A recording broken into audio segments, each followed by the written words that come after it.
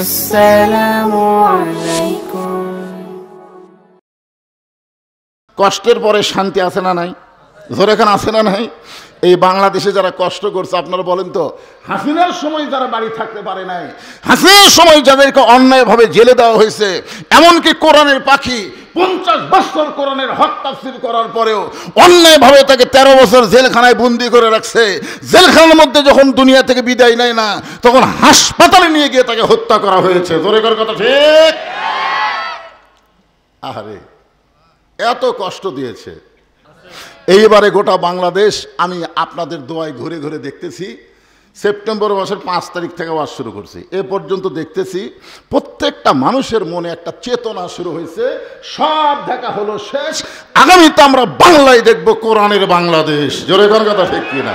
প্রত্যেকটা মানুষের মনে একটা আকাঙ্ক্ষা তৈরি হচ্ছে। সব দেখলাম তো, যেই কোরআনের ওয়াজ করে বক্তারা, এই কোরআনটা আসলে কি, এটা আগামীতে বাংলার মুসলমান দেখবার চায়। জোরে কোন কথা ঠিক কি না? শুধু কোরআন এসে মাহফিল এসে কোরআনের ওয়াজ শুনলে হবে না, বাস্তবে এই কোরআন আমাদের দেখা লাগবে। হ্যাঁ, দেখা লাগবে। তো এখন হাসিনা তো কম কষ্ট দেয়নি, কষ্টের পরে শান্তি, এটা আল্লাহ প্রমাণ করলেন রাসূলকে আরো সে নিয়ে গিয়ে। জোরে কোন সুবহানাল্লাহ।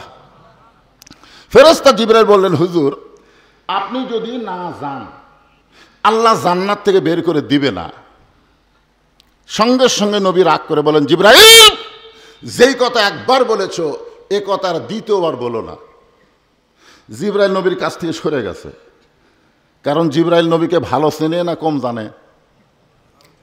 আল্লাহ তাআলাই জিবরাইলের মাধ্যমে নবীর উপরে নাজিল করেছেন, ওমা আরসালনাকা ইল্লা রাহমাতাল লিল আলামিন। ওগো নবী, আপনাকে আমি গোটা বিশ্ব জগতের জন্য রহমত স্বরূপ প্রেরণ করেছি। জোরে কান সুবহানাল্লাহ। যেই নবী হলেন দয়ার নবী, আর সেই নবী রাগ করে বললেন, জিবরাইল যে কথা একবার বলেছে, এ কথা আর দ্বিতীয়বার বলো না। জিবরাইল কয়েক ধাপ সরে গিয়ে বলছে যে, হুজুর আপনি আমার উপরে এত রাগ করার কারণ কি? আমি তো আপনার পক্ষেই কথা বললাম। আল্লাহ রাসূল বলেন, জিবরাইল আমি নবী আমার জন্যে নই, আমি নবী হলাম আমার উম্মতের জন্যে। এই কথা শোনার পরে সুবহানাল্লাহ মুখত আসতেছে না? আমি নবী আমার জন্যে নই, আমি নবী কার জন্যে? আমাদের জন্যে। জোরে কান, কার জন্যে? আমরা কি নবীর উম্মত না? তাহলে এই কথাটা বলেন, নবী কার জন্যে? আমাদের জন্য। জোরে বলেন, কার জন্যে? একবার হযরত বেলাল নবীকে প্রশ্ন করলেন, ইয়া রাসূলুল্লাহ আমরা মুসলমান যখন কবরে যাব, মুনকির নাকির আমাদের 3টা প্রশ্ন করবে। কয়টা? কিন্তু আপনি নবী যখন কবরে যাবেন, মুনকির নাকির আপনাকে কয় প্রশ্ন করবে? এই যে আগেই বলে দিছে 2টা। কিভাবে বুঝবেন 2টা? আরে বাবা রে। আল্লাহ রাসূল বলেন, বেলাল তোমার কি মনে হয়? বেলাল বলতে, হুজুর আমাদেরকে 3টা করবে, আপনাকে 2টা করবে। নবী বললেন, কোনটা বাদ দিবে? বলে, ওমান নাবিউকা, এই প্রশ্ন আপনাকে করবে না, কারণ আপনি নিজেই তো নবী। তখন আল্লাহ নবী ছোট বাচ্চার মতন কানলেন। সাহাবারা বললেন, হুজুর আপনি কান্দেন কেন? বলে, আমার কান্দার কারণ হলো তোমাদের ভাগ্য কত ভালো, তোমাদের নবী আছে, আর আমার ভাগ্য কত খারাপ, আমার নবী নাই। আপনার বলেন তো, নবী দিয়া কি হয়? নিদানে আখেরাতে তরাইতে পুলসিরাতে কান্ডারি হইয়া নবী পার করিবেন সেই তরণী। সবাই মহব্বতে বলেন, নবী মোর পরশমণি, নবী মোর সোনার খনি, নবী নাম ভাবে যে জন সেই তো দোজা হানের ধ্বনি। সুবহান, জোরে কান সুবহানাল্লাহ। আল্লাহর নবী একটা কথা বেলালকে বললেন, বেলাল মুসলমান মারা গিয়া যখন কবরে যাবে, তখন মুনকার নাকির কয়টা প্রশ্ন করবে? কথা কন না কেন, কয়টা? কিন্তু আমি নবীর যদি মৃত্যু না হয়, তাহলে আমাকে কয়টা করবে? কথা কয় না। যদি আমার মৃত্যু না হয়, আপনার নবীর উম্মত হিসেবে কি বুঝতেছেন? নবী কি মারা গেছে? কি হয়েছে?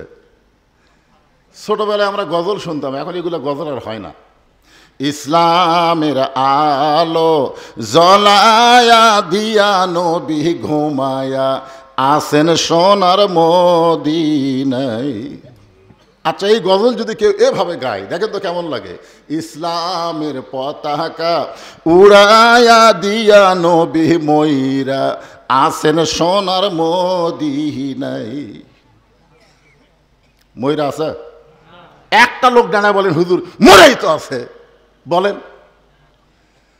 যদি মরা বিশ্বাস করেন, সারা জীবন দরুদ পড়লেও আপনার একটা লাভ হবে না। কারণ আপনি দরুদ পড়ার সঙ্গে সঙ্গে একদল ফেরেশতা আপনার দরুদগুলো নিয়ে রাসূলের রওজা মোবারকে জমা দিয়ে দেয়। জোরে কর সুবহানাল্লাহ। তো জমা দেয় কার কাছে? মরা মানুষের কাছে। হ্যাঁ, খুব মনোযোগ দিয়ে শুনবেন, ঈমান আকীদার ব্যাপার। আল্লাহ রাসূল বললেন, জিবরাইল, আল্লাহ যদি আমাকে বলতো জান্নাতে থাকার জন্য প্রবেশ করেন, আমি নবী জান্নাতের মধ্যে প্রবেশ করতাম না। আল্লাহ আমারে বলছে জান্নাত দেখার জন্য প্রবেশ করেন, আমি নবী সেই দিন জান্নাতে থাকার জন্য প্রবেশ করব যেদিন আল্লাহ আমার সমস্ত উম্মতিনীকে জান্নাত দিবে। তাহলে নবী জান্নাতে থাকার জন্য কবে যাবে? ওটা কি নবী থাকার জন্য ঢুকছে না দেখার জন্যে? তাহলে চিন্তা করে দেখেন, যেই নবী নেতা জান্নাতের মধ্যে গিয়ে আমাদের কথা ভোলে না, আর বর্তমানের নেতা ভোট পেয়ে সংসদে যাবে, একটা ভোটারের কথা মনে রাখবে না। জোরে কোন কথা ঠিক কি রাখেন? দিয়া দেখেন, ভোট দিয়া দেখেন, ওই কুটি যায়, ওর বাড়ি আর শিবগঞ্জই থাকবে না, ওই ঢাকার বাসা বাড়ি করে ওখানেই থাকবে। মাঝে মধ্যে বেড়াবার আসবে, মাঝে মধ্যে বেড়াবার আসবে। আপনি চিন্তা করতেছেন আমি এত ভোট দিয়ে ওরে উঠাইলাম, আমি একটু কাছে যাই, আপনি কাছে যাই দেখবেন স্যামসার অত্যাচারে নেতার কাছে ঢোকা যাচ্ছে না। তোর কোন কথা ঠিক না? স্যামসার কুনে মারে, এই তুই কে রে? তখন বলতেছে, ভাইরে, যে নেতার কাছে আমি আইছি, এই নেতা আমাকে কত সালাম দিছে, এই নেতা আমারে কত সালাম দিছে। স্যামসা বলতেছে, কখন দিছে? ভোটের আগে না ভোটের পরে? তোকে না ভোটের আগে। আরে পাগলা, ভোটের আগে নেতারা ফকিরকেও সালাম দেয়। জোরে কোন কথা ঠিক কিনা? গাড়ির থামে, গাড়ির থেকে নামে ফকিরকে সালাম দিছে, আসসালামু আলাইকুম চাচা কেমন আছেন? ফকির নেতা বলতেছে, কি দেখতেছেন? বলে, তুমি কারে সালাম দিলা? আমি তো আপনাকেই দিছি, কারণ ভিক্ষা করে খাই। ভোটের আগে আপনিও যা হামও তাই। যে সারা নেতারা ভোটের আগে মানুষের কাছে আসে, ভোটের পর আসে না, এরা হলো নেতা জাতের কলঙ্ক। জোরে কোন কথা ঠিক কথা বলেন? আর আমরা যাকে নবী নেতা বিশ্বাস করি, তিনি জান্নাতের মধ্যে গিয়েও আমাদের কথা বলে না। এখন এই মুহূর্তে একটা স্লোগান দিবেন, জোরে সরে, পারবেন না ভাইজান? এই ছেলেবে, তোমাকে কণ্ঠ তো সেই সুন্দর, আমি যেই বলবো আমার নেতা তোমার নেতা, সকলে বলবেন বিশ্ব নবী মোস্তফা আমার নেতা তোমার নেতা। আল্লাহ যাই বলেনি, আল্লাহ তুমি সব দেখতেছে। আল্লাহ খালি আল্লাহ দেখতেছে না, দুই কান্তর দুটো ফেরেশতা আছে না নাই? আপনারা যারা স্লোগান দিলেন না, ফেরেশতাগুলো কি লিখবে? যে বক্তা এত কিছু বুঝানোর পরেও বিশ্ব নবীকে বিশ্ব নেতার স্লোগান দিল, আর এরা মুখ বন্ধ করে থাকলো। শোনেন, আদম থেকে ঈসা নবী পর্যন্ত কোন নবী পর্যন্ত জান্নাতে যাওয়ার পারবে না আমাদের নবী সুপারিশ না করলে।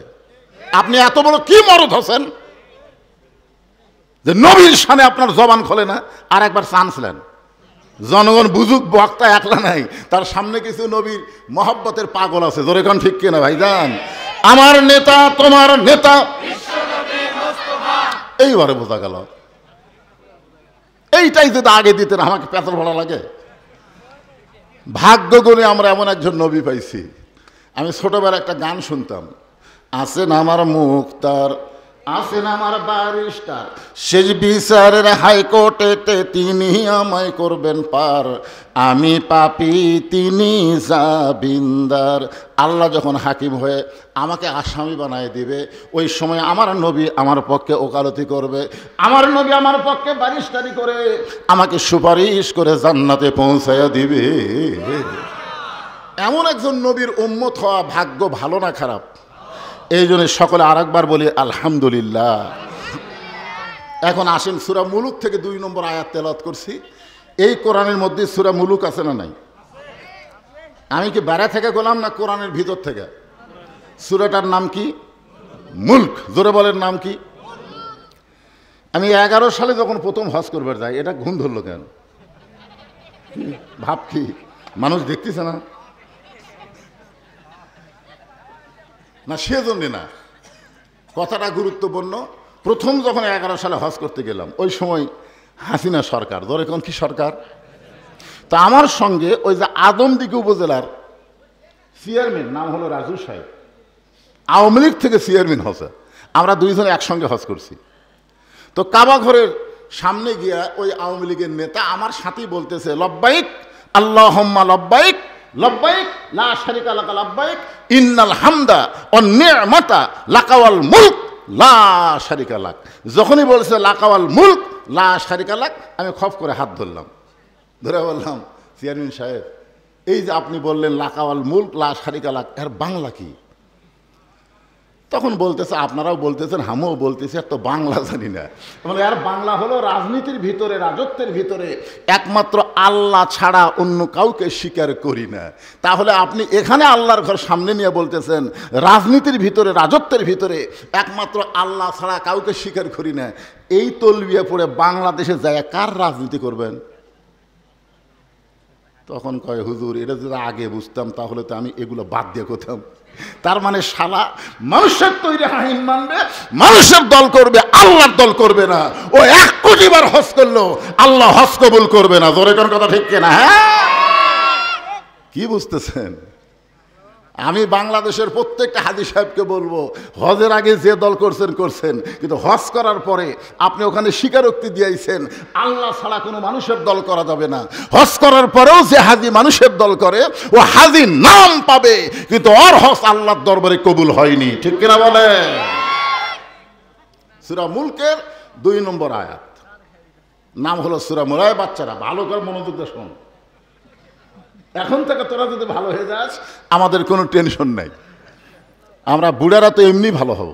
সারা জীবন ঘুষের চাকরি করে, চাকরি যখন রিটায়ার হচ্ছে তখন বুড়া কান দিচ্ছে, আল্লাহ আমি আর জীবনে ঘুষ খাবো না, আল্লাহ আমি আর জীবনে ঘুষ খাবো না। 2 ফেরেশতা বলতেছে, আল্লাহ এই শালা কি করা যায়?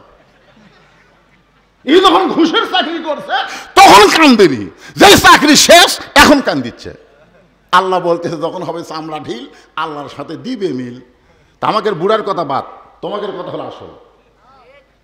এখন থেকে তোমরা খালি সাইজ হও, আগামী জেনারেশন একটা ভালো মানুষ পাবে। ধরে কোন ঠিক কিনা ভাইজান? হ্যাঁ, এখানে আল্লাহ তাআলা সূরা মুলকের 2 নম্বর আয়াতে কি বলতেছেন, এইটা বলার আগে আমি আপনাদের সামনে উপস্থাপন করতে চাই যে কোরআন থেকে আপনারা তাফসির শুনবেন। এখানে নাম দেখছেন ওয়াজ মাহফিল, ওয়াজ মাহফিল দেখছেন, অসুবিধা নেই। যে কোরআন থেকে আপনারা ওয়াজ শুনবেন, তাফসির শুনবেন, এই কোরআনের মধ্যে কোনো সন্দেহ?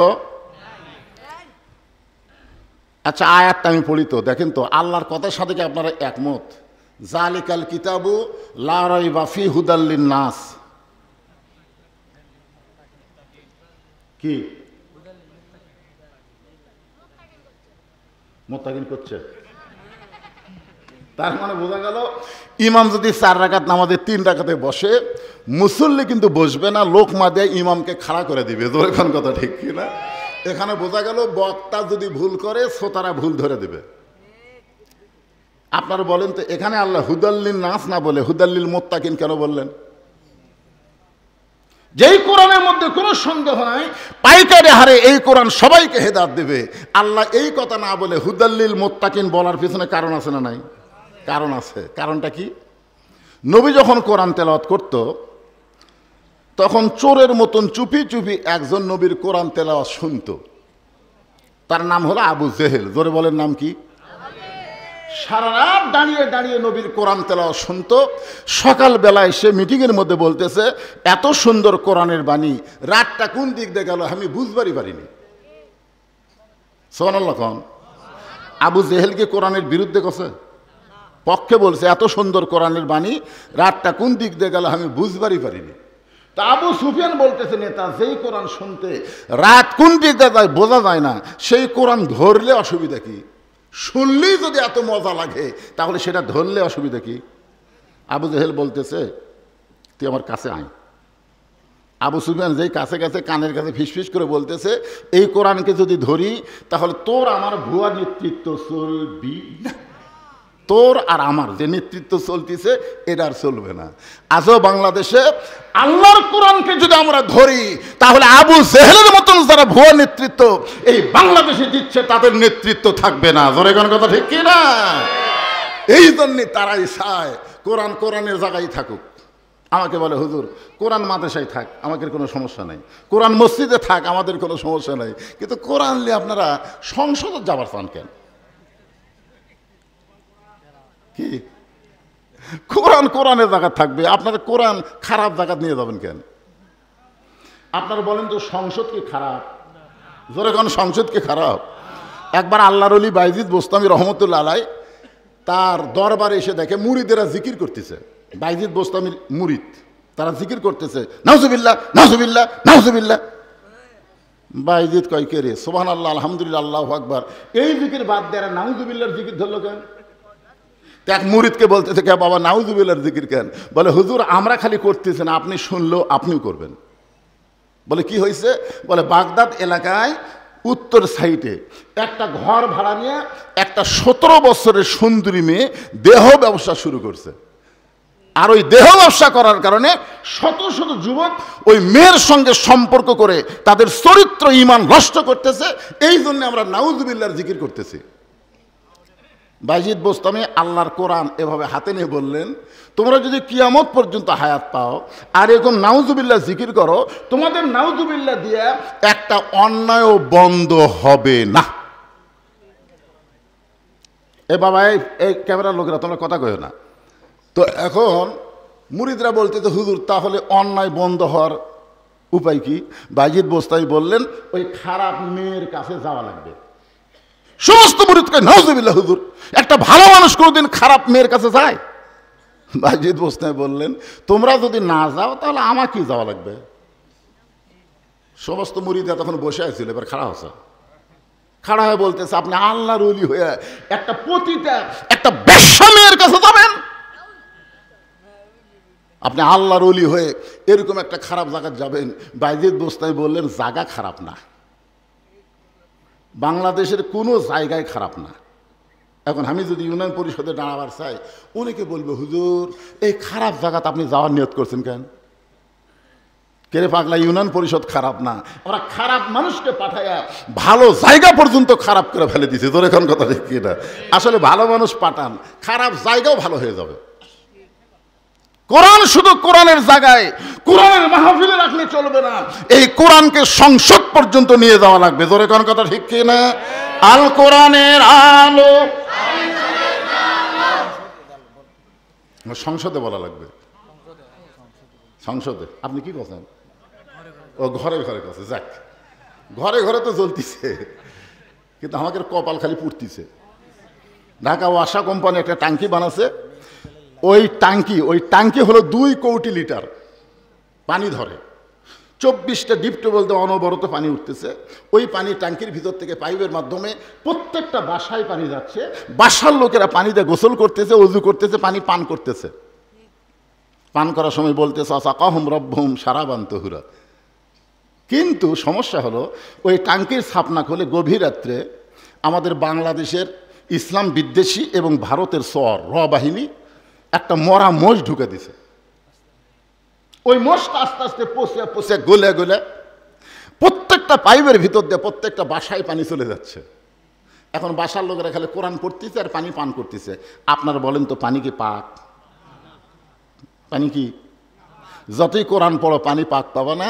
পানি যদি পবিত্র পাওয়ার চাও আগে ট্যাঙ্কি পরিষ্কার করা লাগবে। জোরে করার কথা ঠিক কি না? বাংলাদেশের ট্যাঙ্কির নাম হলো সংসদ। ধরে করেন ট্যাঙ্কির নাম কি? ওই জায়গা শয়তানের বসে দিয়ে আপনি মসজিদের মধ্যে হুজুর হুজুর করবেন, জিকির করবেন, বুরবুর করবেন, কাম হবে না। আগামী ইলেকশনে একটা শয়তানও যেন সংসদে যাবার না পারে, যারা যাবে তারা যেন আল্লাহর ভালো বান্দারা যায়। জোরে কোন কথা ঠিক কি না? এই জন্য ওই জায়গাটা সাফ করার জন্য যে জিনিস লাগবে তার নাম কি? অনুনাজ্জিলু মিনাল কুরআনি মা হুয়া শিফাউ ওয়া রাহমাতুল লিল মুমিনিন। আল কোরআনের আলো, কোরআন হাদিস যেখানে দুনিয়ার মুসলমান লিল্লাহে তাকবীর। পরদিন সকালবেলায় ফজরের নামাজ পড়ে বাইজিদ বোস্তামি দুইটা জিনিস নিয়ে ওই খারাপ মেয়ের দিকে রওনা দিলেন। কয়টা? খুব খেয়াল করেন, একটা হলো জায় নামাজ আর একটা হলো আল্লাহর কোরআন। কোরআনটা এভাবে ডান দিকে নিয়ে জায় নামাজটা ডান কান্দে নিয়ে বাইজিদ বোস্তামি রওনা দিলেন।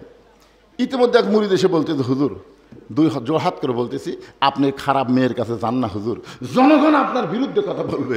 বাইজিদ বললেন, ওমান আহসানু কাওলাম মিম্মান দাআ ইলাল্লাহ ওয়া আমিলা সালিহান ওয়া ক্বালা ইন্নানি মিনাল মুসলিমিন।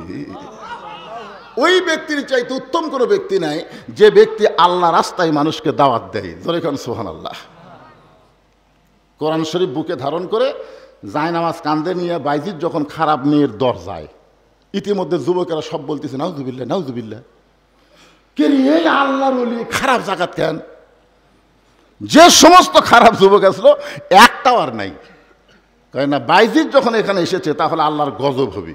যেরকম কি হবে? আমরা গজবের মতো থাকবো না, চলো যাই। সবাই যখন চলে গেছে তখন একটা যুবক চিন্তা করে যে এই টুপিওয়ালা দাড়িওয়ালা জুব্বাওয়ালা মানুষ এই জাগাত আসলো কেন? এই জাগাত কেন আসলো এটা আমাকে যাচাই করা লাগবে। তো ওই ঘরের কোনায়, মানে এক সাইডে দেওয়ালের কোনায় ওই যুবকটা লুকে আছে, মানে জানার জন্যে, তদন্ত করার জন্যে। বাইজিদ বোস্তামি দরজায় গিয়ে সালাম দিলেন, আসসালামু আলাইকুম ইয়া আহলাল বাইত। সুবহানাল্লাহ বলেন। এই বাড়ির মধ্যে, ঘরের মধ্যে যারা আছো সবার উপর আল্লাহ রহমত বর্ষিত হোক। সঙ্গে সঙ্গে খারাপ মেয়েটা দরজা খুলে বলতেছে, আপনি আল্লাহর ওলি হয়ে, হুজুর হয়ে, দাড়িওয়ালা হয়ে এই খারাপ জায়গাতে আসলেন কেন? আপনি কি ভালো জায়গা চেনেন না? আপনি মসজিদে যান, মাদ্রাসায় যান, এই জায়গায় কেন আসলেন? এখান থেকে প্রমাণ হয়ে গেল খারাপ মেয়েরাও কিন্তু টুপিওয়ালা দাড়িওয়ালা জুব্বাওয়ালাকে ভালো জানে। যেরকম ঠিক কি না? তাছাড়া এই পতিতে কেন বলতেছে মাথার টুপি দিয়ে এক হাঁটু দাড়ি নিয়ে এই জায়গায় আসলেন কেন? বিশ্বাস করেন, আমি যখন কোনো রাস্তা দিয়ে যাই কোনো বেপর্দা মেয়ে দেখতে পাই না। তা আমি একদিন বললাম, আমার গ্রামে কি কোনো বেপর্দা নারী নেই? বলে হুজুর আগের চাইতে বেশি আছে। তো আমি দেখি না কেন? বলে আপনাকে দেখাই ওরা বাড়ির মধ্যে যায়, আপনাকে দেখাই বাড়ির মধ্যে যায়, মানে আপনি আসতেছেন এটা দেখাই এরা সব বাড়ির মধ্যে যায়। আমি একদিন দেখলাম হঠাৎ রাস্তার মধ্যে দুই মেয়ে আমাকে দেখার সাথে সাথে ওরা এত লম্বা করে ঘোমটা দিল। আমি বললাম, মা কি খবর? বলে হুজুর আমরা যাচ্ছি, আপনাকে দেখার পরে বোরকা দিছি, পর্দা করছি। আমি বললাম, মা তোমরা কি মনে করছো আমি তোমাকে তাকাবো? তোমাকে ধারণা কি তোমরা যে ঘোমটা টানলে, এমনভাবে ঘোমটা দিলে মনে হয় আমার চরিত্র খারাপ, আমি তোমাকে দিকে ফেল ফেল করে তাকা থাকবো। ও মা তোমরা জানো না আল্লাহ আমার জন্য নাজিল করেছে কুল্লিল মুমিনিনা ইয়াগুদ্দু মিন আবসারিহিম। মুমিন পুরুষ যখন রাস্তা দিয়ে যাবে তখন তাদের নজর থাকবে নিচের দিকে। আমি তো নিচের দিকে তাকিয়ে আছি, তোমরা ঘোমটা দিলে কেন? প্যান্ট শার্ট পরে যখন যায় তখন তোমরা তো ঘোমটা দাও না। তোমরা বুঝাও প্যান্ট শার্ট পরে যারা রাস্তা দিয়ে যায় এদের চরিত্র ভালো, আর হুজুরকে যে ঘোমটা দেওয়া তোমরা বুঝাও হুজুরদের চরিত্র খারাপ। কি মনে করতেছেন? এক বিয়ার যাচ্ছিলাম, ছেলের বাপ আগেই মেয়ের বাপকে হুঁশিয়ার করে দিয়েছে, আমার সঙ্গে তো হুজুর আছে, পর্দার ব্যবস্থা করো। আমি যাই দিকে গোটা বিয়ার অনুষ্ঠানে পর্দা। আমি বললাম মাশাআল্লাহ ভালো জায়গার ছেলেকে বিয়ে করাইছো, পর্দা আছে। তা সাইড থেকে বলতে হুজুর আপনার জন্যে। আপনি শুনবার পাননি, এই ছেলের বাপ আগে কেউ সতর্ক করছে। তখন আমি বুক থামাতে বললাম, আমি হলাম মরদ, মরদ মানুষের জন্যে নারীদের পর্দা থাকবেই। আর যে শালাকের জন্য পর্দা করে না এরা হলো হিজড়ের জাত। জোরে কোন কিসের জাত? কথা বলেন না গায়ে। একটু মনোযোগ দিয়ে শুনবেন আমার মা বোনেরা, পর্দার অন্তরে যারা বসে আছেন, পর্দা নিশি নারী যারা আল্লাহর মহব্বত পায় তারা শুধুমাত্র পর্দার কারণে আল্লাহ তাআলা নবীকে জানাইছেন, ওগো নবী আপনার মেয়ে ফাতেমার পর্দা দেখে আমি আল্লাহ খুশি হইয়া তাকে খাতুনে জান্নাত, জান্নাতি নারীদের ঘোষণা করেছি। জান্নাতি নারীদের নেত্রী ঘোষণা করেছে। এটা আবার কি হলো?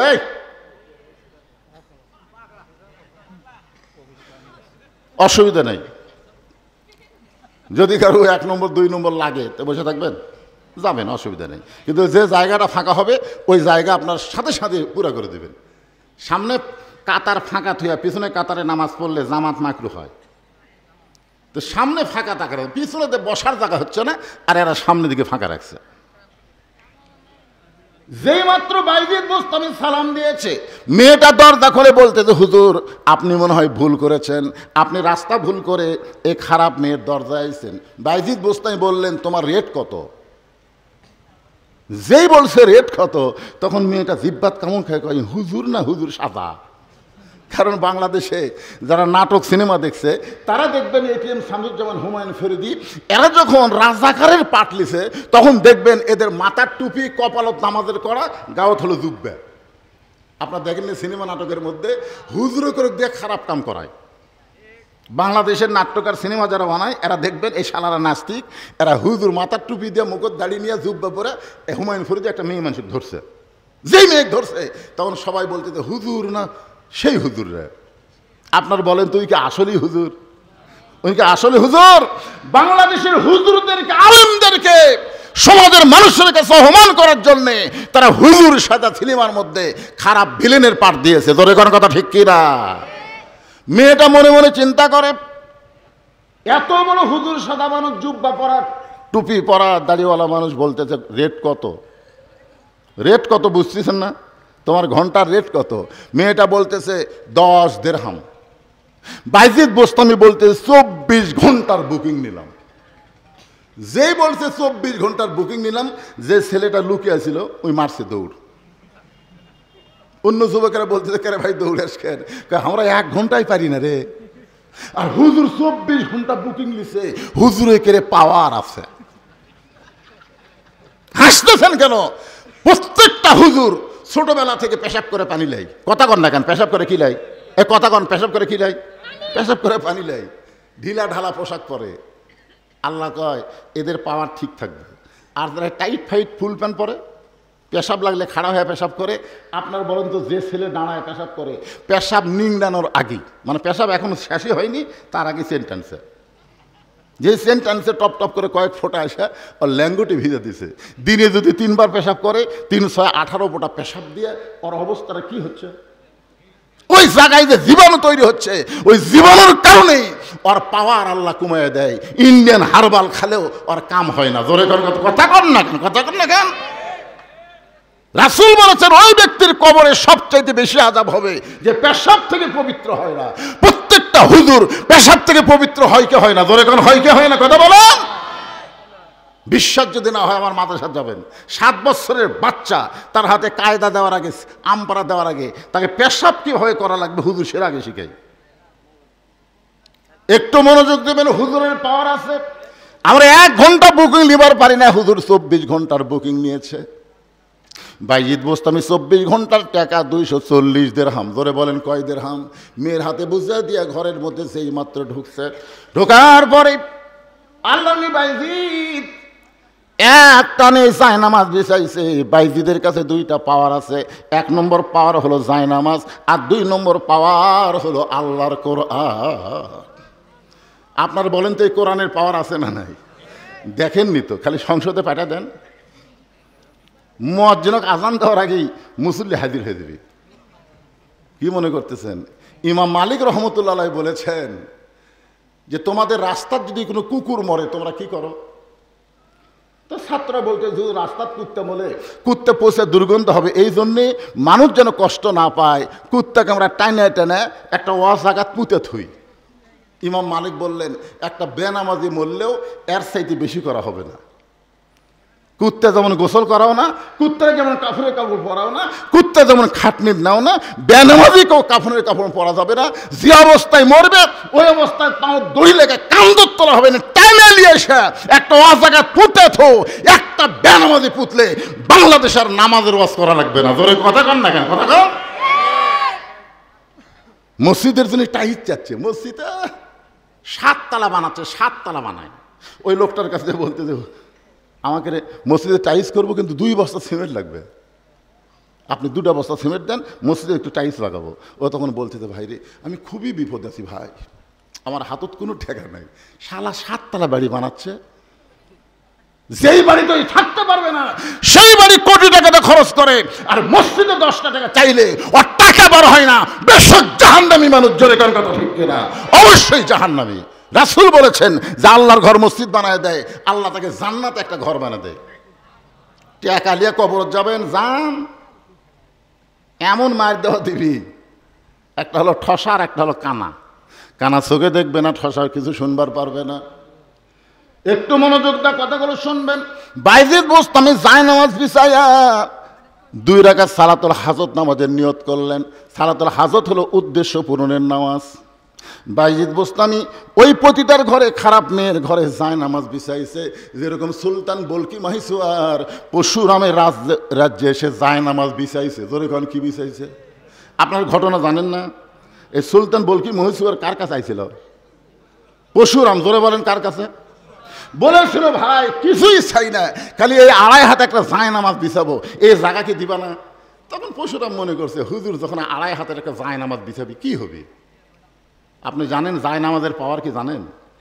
আল্লাহ কোরআনে বলেন, ইয়া আইয়ুহাল্লাযীনা আমানুস্তাঈনু বিস-সাবরি ওয়াস-সালাহ ইন্নাল্লাহা মা'আস-সাবিরিন। বাইজিদ বোস্তামি 2 রাকাত নামাজের মধ্যে আল্লাহকে বলতেছে, আল্লাহ ইয়্যাকা না'বুদু ওয়া ইয়্যাকা নাস্তাঈন। আমি গোলামি করি কার? নামাজের মধ্যে। নামাজের মধ্যে যে দোয়া করবেন, এই দোয়া সবচাইতে আগে কবুল হয়। আমরা তাড়াতাড়ি নামাজ পড়ে বিশাল লম্বা মোনাজাত করি। অনেক লোক আছে দেখবেন নামাজের মধ্যে ধরপড় করে মোনাজাত ধরে কান দিচ্ছে। আরে পাগলা, নামাজের সূরা ফাতিহাই হলো সবচাইতে বড় মোনাজাত। জোরে কোন কথা ঠিক কি না? বাইজিদ বোস্তামি আল্লাহর কাছে বলতেছে, আল্লাহ ইয়্যাকা না'বুদু ওয়া ইয়্যাকা নাস্তাঈন। আল্লাহ তোমার গোলামি করি, তোমার কাছে সাহায্য চাই। এই খারাপ মেয়ের কারণে শত শত যুবক চরিত্র নষ্ট করতেছে। এই যে মেয়ের ঘরে ঢুকছি আমি, আল্লাহ এই মেয়ের কারণে শত শত যুবক নষ্ট হয়ে যাচ্ছে।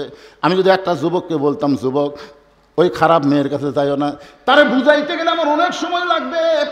কিন্তু একজন বুঝাইতে সময় যাবে, আর একজন বুঝাবো কখন? এরকম 100 জন 200 জন যুবককে আমি কেমনে বুঝাবো? আমি কোনো যুবকের কাছে যাইনি। আল্লাহ আমি বাইজিদ হেড অফিসের মধ্যে ঢুকেছি। আপনার বলেন তো হেড অফিস কি? আজকে আমাদের যুবক নষ্ট হওয়ার হেড অফিসের নাম হলো নারী। একটা নারী যদি ভালো হয়ে যায়, সমস্ত যুবক ভালো হতে বাধ্য হয়ে যাবে। জোরে করে কথা কন না কেন? এক পরিমণি বাংলাদেশের হাজার হাজার যুবকের চরিত্র নষ্ট করছে। এক পরিমণি ওই গামছা গাওয়ার ড্যান্স দেয়, আর আমাদের যুবকেরা কয় পরিমণি কি সুন্দরী, পরিমণি সুন্দরী। ও হলো জাহান্নামের কীট। যে সমস্ত নারীরা বেপরদা হয়ে সমাজের মধ্যে ঘুরে বেড়ায়, এরা হলো জাহান্নামের পোকা। জোরে কোন কথা ঠিক কি না? জাহান্নামের পোকা। একটা মেয়ে ইচ্ছা করলে আপনাকে গোটা 16 যুবকদেরকে নষ্ট করে দেবে। একটা মেয়ে ইচ্ছা করলে রাতের ঘুম কেড়ে নিবি, সারাদিন মোবাইলে খালি মিস কল। কি এই জন্য হেড অফিস হলো নারী। নারী যদি ভালো হয়, বাংলাদেশের প্রত্যেকটা যুবক ভালো হতে বাধ্য। মা যদি ভালো হয়, তার সন্তান আল্লাহর ওলি হতে বাধ্য হয়ে যায়। জোরে কোন কথা ঠিক কিনা? মা যদি ভালো, সন্তান আল্লাহর ওলি। এ যারা সামনে বসে শুনতেছে, এরকে মা ভালো, হ্যাঁ আসলে ভালো না। আর যারা যে বাইরে ঘুরতেছে, এরকে মতোই মা ভালো না। 4 বছরের বাচ্চাকে মাদ্রাসায় ভর্তি করে দিয়ে বলতেছে, আমার আব্দুল কাদেরকে আমি কোরআনের হাফেজ হিসেবে দেখতে চাই। ওস্তাদ বললেন, মা কোনো টেনশন নাই, পর্দা নিশে আপনি যান। পরের দিন আব্দুল কাদেরকে নিয়ে গেছে, কায়দা দিয়ে বলতেছে, বল আলিফ। আলিফ। আব্দুল কাদের আলিফ কয়নি। লাম মিম যালিকাল কিতাবু লা রাইবা ফিহি হুদাল লিল মুত্তাকিন আল্লাযীনা ইউমিনুনা বিল গায়বি ওয়া ইউকিমুনাস সালাত। ওস্তাদ মারছে দৌড়। আলিফ বলার পরে বলবো বা তা সা, ই তো আলিফই কয়নি, লাম মিম কে যে হারে শুরু করলো, ই তো মানুষের বাচ্চা না, ই পেতনির বাচ্চা হবে। ওস্তাদ ভয়ে দৌড় মারছে। সমস্ত ছাত্র বলে, হুজুর দৌড়ান কেন? বলে জীবনে কোনোদিন দেখিনি, একলা দেখতে ভয় পাই, তোরা শুগলি আয়। সবাইকে নিয়ে যে ঘিরে ধরে আছে। 4 বছরের বাচ্চা আব্দুল কাদের খালি এরকম ঝুঁকতেছে আর পড়তেছে। ইন্নামাল মুমিনুনা আল্লাযীনা ইযা যুকিরাল্লাহু ওয়াজিলাত কুলুবুহুম ওয়া ইযা তুলিয়াত আলাইহিম আয়াতুহু জাদাতুহুম ঈমানাও ওয়া আলা রাব্বিহিম ইয়াতাওয়াক্কালুন। এক ওস্তাদ এসে ওই তো পড়তিছে, এক ওস্তাদ কোরআন শরীফ নিয়ে আয়াতের মধ্যে আঙ্গুল বুলাই, একটা আয়াতও বাদ নেই। যেই মাত্র 18 পারা কোরআন পড়া শেষ, আব্দুল কাদের অটোমেটিক ব্রেক। ওস্তাদ কই কে রে, 18 পারা কোরআন শোনালো, তারপরে ব্রেক হয়ে গেল। আর এক ওস্তাদ বলতেছে, জানবার যদি চাও আব্দুল কাদেরের মায়ের কাছে যাও, বাপের কাছে না। কার কাছে? জোরে কোন কার কাছে? মায়ের কাছে যাও। কারণ সন্তান ভালো না মন্দ এটা বাপ জানে না, এটা জানে মা। বাবাই আনন্দে মাতিয়া সাগরে ভাসাইয়া সেই যে চইলা যায়, খবর লয় না মাজন ধরিয়া উদরে করে, 10 মাস পরে পায় প্রসবের বেদনা, এমন দরদি ভবে কেউ হবে না আমার মা গো। আব্দুল কাদেরকে কান্দে করে নিয়ে মায়ের বাড়ির দরজায়, মা জানলা দিয়ে বলতেছে, বাবা গতকাল আমার আব্দুল কাদেরকে ভর্তি করে দিয়ে আসলাম, কি এমন বেয়াদবি করলো, আজকেই ফেরত নিয়ে আইছেন। এক ওস্তাদ বলতেছে, মা তোমার আব্দুল কাদেরের সবচাইতে বড় বেয়াদবি হলো আলিফ বলার পরে বা বলে না, এক টানা 18 পারা কোরআন হামা করে শুনে দিছে। তুমি মা হয়ে বলো তো আব্দুল কাদের 18 পারার কোরআন কেমনে শোনালো? আব্দুল কাদেরের মা বলতেছে, আল্লাহর শপথ করে বলতেছি আমার সন্তান যে 18 পারা কোরআন আপনাদের শুনাইছে আমি কিছুই জানি না। এক ওস্তাদ বলতেছে, আপনি জানেন।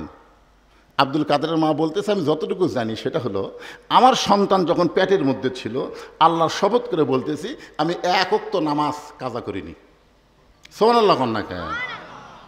আমার সন্তান যখন পেটের মধ্যে ছিল রমজান মাসের রোজা আমি বাদ দিইনি। আমার আব্দুল কাদের যখন দুনিয়াতে ভূমিষ্ঠ হইল, আমার সন্তান যখন কাঁদতো আমি তখন আল্লাহর কোরআন তেলাওয়াত করে করে ওর কান্না থামাতাম। আমার আব্দুল কাদের যখন স্তনের দুগ্ধ পান করতো ওই সময় আমি আল্লাহর কোরআন তেলাওয়াত করতাম। আমার আব্দুল কাদের যখন রাত্রেবেলা বিছনায় ঘুমাতে যাইতো আমি এক পারা কোরআন না শোনাইলে আমার আব্দুল কাদের কোনোদিন ঘুমাইতো না। আমার মনে হয় 4 বছরে আমি বহুবারে 18 বার কোরআন তেলাওয়াত করেছি। আমার মুখের কোরআন তেলাওয়াত শুনতে শুনতে আমার আব্দুল কাদের 18 পারা কোরআন হেফজ করছে, শুনে শুনে হেফজ করছে। তখন সমস্ত ওস্তাদরা বলতেছে, মা যদি ভালো হয় সন্তান আল্লাহর ওলি হয়। সুবহানাল্লাহ কন্যা কে? আজকে আমাদের এই সন্তানগুলো এরকম খারাপ হওয়ার কারণ কি? খারাপ হওয়ার একটাই কারণ, ওর মা ভালো না। একটু মনোযোগ দিয়ে শুনবেন। বাইজিদ বুস্তামি বলতেছে, আল্লাহ এই মেয়েটা যদি ভালো হয়ে যায় তাহলে বাজারের সমস্ত যুবক ভালো হয়ে যাবে। এই জন্য আমি অন্য কোনো যুবকের কাছে না যাইয়া সরাসরি হেড অফিসে ঢুকছি। হেড অফিস আল্লাহ কার কাছে বলতেছে? ভালো করে দাও আল্লাহ। 2 রাকাত নামাজ শেষ করে বাইজিদ তাকায় দেখে মেয়েটা খালি শাস্তিছে, কারণ 240 দিরহাম পাশে 24 ঘন্টার বুকিং দিছে, সাজা লাগবে না। বাইজিদ কয়, আল্লাহ নামাজ দিয়ে কাম হলো না। আমরা কিন্তু বহু দোয়া করছি, আল্লাহ তুমি সাইদি হুজুরকে মুক্তি দাও আল্লাহ। বহু দোয়া করিনি, নামাজ পড়ে পড়ে কোন করেননি, বহু দোয়া করছি, কাম হচ্ছে না। নামাজ পড়া কাম হবে না তো। আমাদের বাংলাদেশে নামাজ পড়া যত দোয়া করেন একটা দোয়াও কবুল হবে না ততক্ষণ পর্যন্ত যতক্ষণ পর্যন্ত নামাজ কায়েম না হবে। জোরে কোন কথা ঠিক কিনা? কারণ কোরআনের এক জায়গাও নামাজ পড়ার কথা নাই। একটা জায়গাতে আপনি পারবেন না, কোনো জায়গায় আল্লাহ বলেছে ইকরাউস সালাত, নামাজ পড়ো, নামাজ পড়ো, একটাও বলেন। যত জায়গায় আল্লাহ নামাজের কথা বলেছে প্রত্যেক জায়গায় বলেছে নামাজ কায়েম করো। আপনারা কি নামাজ পড়ার কথা কোরআনে পাচ্ছেন? কথা কর না কেন? বারে হুজুরের কথাকে বিশ্বাস হচ্ছে না? নামাজ পড়ার কথা কি হাদিসে আছে? নাই। যত জায়গায় নামাজের কথা, প্রত্যেক জায়গায় নামাজ কায়েমের কথা বলা হয়েছে। এখন নামাজ কায়েম কিভাবে হবে? বদরুশীদের ওয়াজ দিয়ে হবে। এখানে অনেক আল্লাহর বান্দা আছে, এখানে আজকের এই মাহফিলে অনেক আল্লাহর বান্দা আছে যারা এখন পর্যন্ত মাগরিব এশা পড়েনি। কথা কর না কেন? বারে কথা কর না কেন? কারা কারা পড়েননি হাত তোলেন, এ কথা আমি বলবো না। কারা কারা মাগরিব এশা পড়েননি হাত তোলেন, এটা আমি বলবো না তো। আমি এত বড় বেশরম না। কিন্তু যারা যারা মাগরিব এশা পড়েননি আপনারা কি ফজর পড়বেন? ডাহা মিথ্যা কথা, ডাহা মিথ্যা কথা। যে লোকটা মাগরিব এসে পড়েনি ওই ফজর পড়বি না। মসজিদের টাইলস করে কাম হবি না, তো মসজিদ দোতলা করে কোনো কাম হবি না মুসল্লি যদি না হয়। জোরে কর কথা, কথা কন না কেন ভাইজান? আমার কয় হুজুর কিছু টাকা দেন হুজুর, আমরা মসজিদ দোতলা করতেছি। তা আলহামদুলিল্লাহ মসজিদ দোতলা করতেছে, ভালো কথা তো। কয় হুজুর এত মুসল্লি হয়, জায়গা হয় না, এই জন্যই দোতলা। আচ্ছা ঠিক আছে, দোতলা করতেছে, মুসল্লির জায়গা হয় না দেখে। তো ফজরের খবর কি? যাই আমার কাছে দান লিবার যাচ্ছে, ওই বলতেছে ফজরের খবর তো আমি জানি না, মুয়াজ্জিন জানিস। ওই শালা নিজেও নামাজ পড়ে না, দেখছেন? ওই মসজিদ দোতলা করবে, আমার কাছে টাকা লিবার যাচ্ছে। আমি ফজরের খবর কি? কই মুয়াজ্জিন জানে। তাই বললাম ভাই মুয়াজ্জিনের সাথে লেননি কেন? কলে সামনে আবার নামাজ আছে, তো আজান দেওয়া লাগবে। ঠিক মতো খবর না দিলে আমি দান করব না। পরে জানাইছে হুজুর ফজরে এক কাতার হয়। জোহরের খবর কি? বলে কাজ কামের দিন। আসরের খবর কি? হাটত গেছে। মাগরিবের খবর কি? আলুর দাম কমে গেছে হুজুর। বাজার দেখে আসে মন খারাপ। এশার খবর কি? ফজর আজ এশাও তাই। তোমার মসজিদের মধ্যে কয় কাতার? কয় 9 কাতার। এক কাতারই মুসল্লি হয় না, তাহলে দোতলা করবে কেন? তখন বলতেছে হুজুর ওই যে জুমার দিনে সবার শেষে আসে আগে যায়, ওই শালাকের জন্য দোতলা করা লাগছে। আপনারা বলেন তো জুমার দিনে শেষে আসে আগে যায়, এরা মুসল্লি? এদের সম্পর্কে আল্লাহ বলেছেন ফাওয়াইলুল লিল মুসাল্লিন আল্লাযীনা হুম আন সালাতিহিম সাহুন আল্লাযীনা হুম ইরাউন ওয়া ইয়ামনাউনাল মাউন। আপনার কি মন খারাপ করতেছেন? হ্যাঁ, একটু হাঁ করবেন। নামাজের কথা বললে অনেক মুসলমানের মন খারাপ হয়, কিন্তু আপনি তো জানেন না রাসূল বলেছেন লা সালাত আলা ঈমানা, যার নামাজ নাই তার ঈমান নাই। যেই যুবকেরা আজকের এই মাহফিল করতেছে, আপনি খোঁজলে দেখেন মাহফিলের টেনশনে এদের নামাজ নাই। মাহফিলের টেনশন হুজুর, খুবই টেনশন হুজুর। কয়েকদিন আগে যে বৃষ্টি শুরু হলো, আমরা মনে করলাম আমাকে মাহফিলের সময় কি হয়, কি টেনশন, নামাজ পড়েনি। আল্লাহ রাসূল বলেছেন মান তারাকা সালাতু মুতাম্মিদান ফাকাত কাফারা, ইচ্ছা করে একটা ওয়াক্ত নামাজ যারা বাদ দিল আল্লাহর সঙ্গে তারা কুফরি করলো। তাহলে আপনারা বলেন তো মসজিদের উন্নয়ন কি? টাইলস করা না মুসল্লি কালেকশন করা? আজকে টাকা কালেকশন, হুজুর টাকা কালেকশন করে দেবেন। টাকা কালেকশন লাগে, মুসল্লি কালেকশন করা লাগবে। এই শৌলা গ্রামের কারা কারা আছেন তারা একটা হাত তোলেন তো দেখি। এই গ্রামের যারা যারা ওয়াজ শুনতেছেন তারা একটা হাত তোলেন।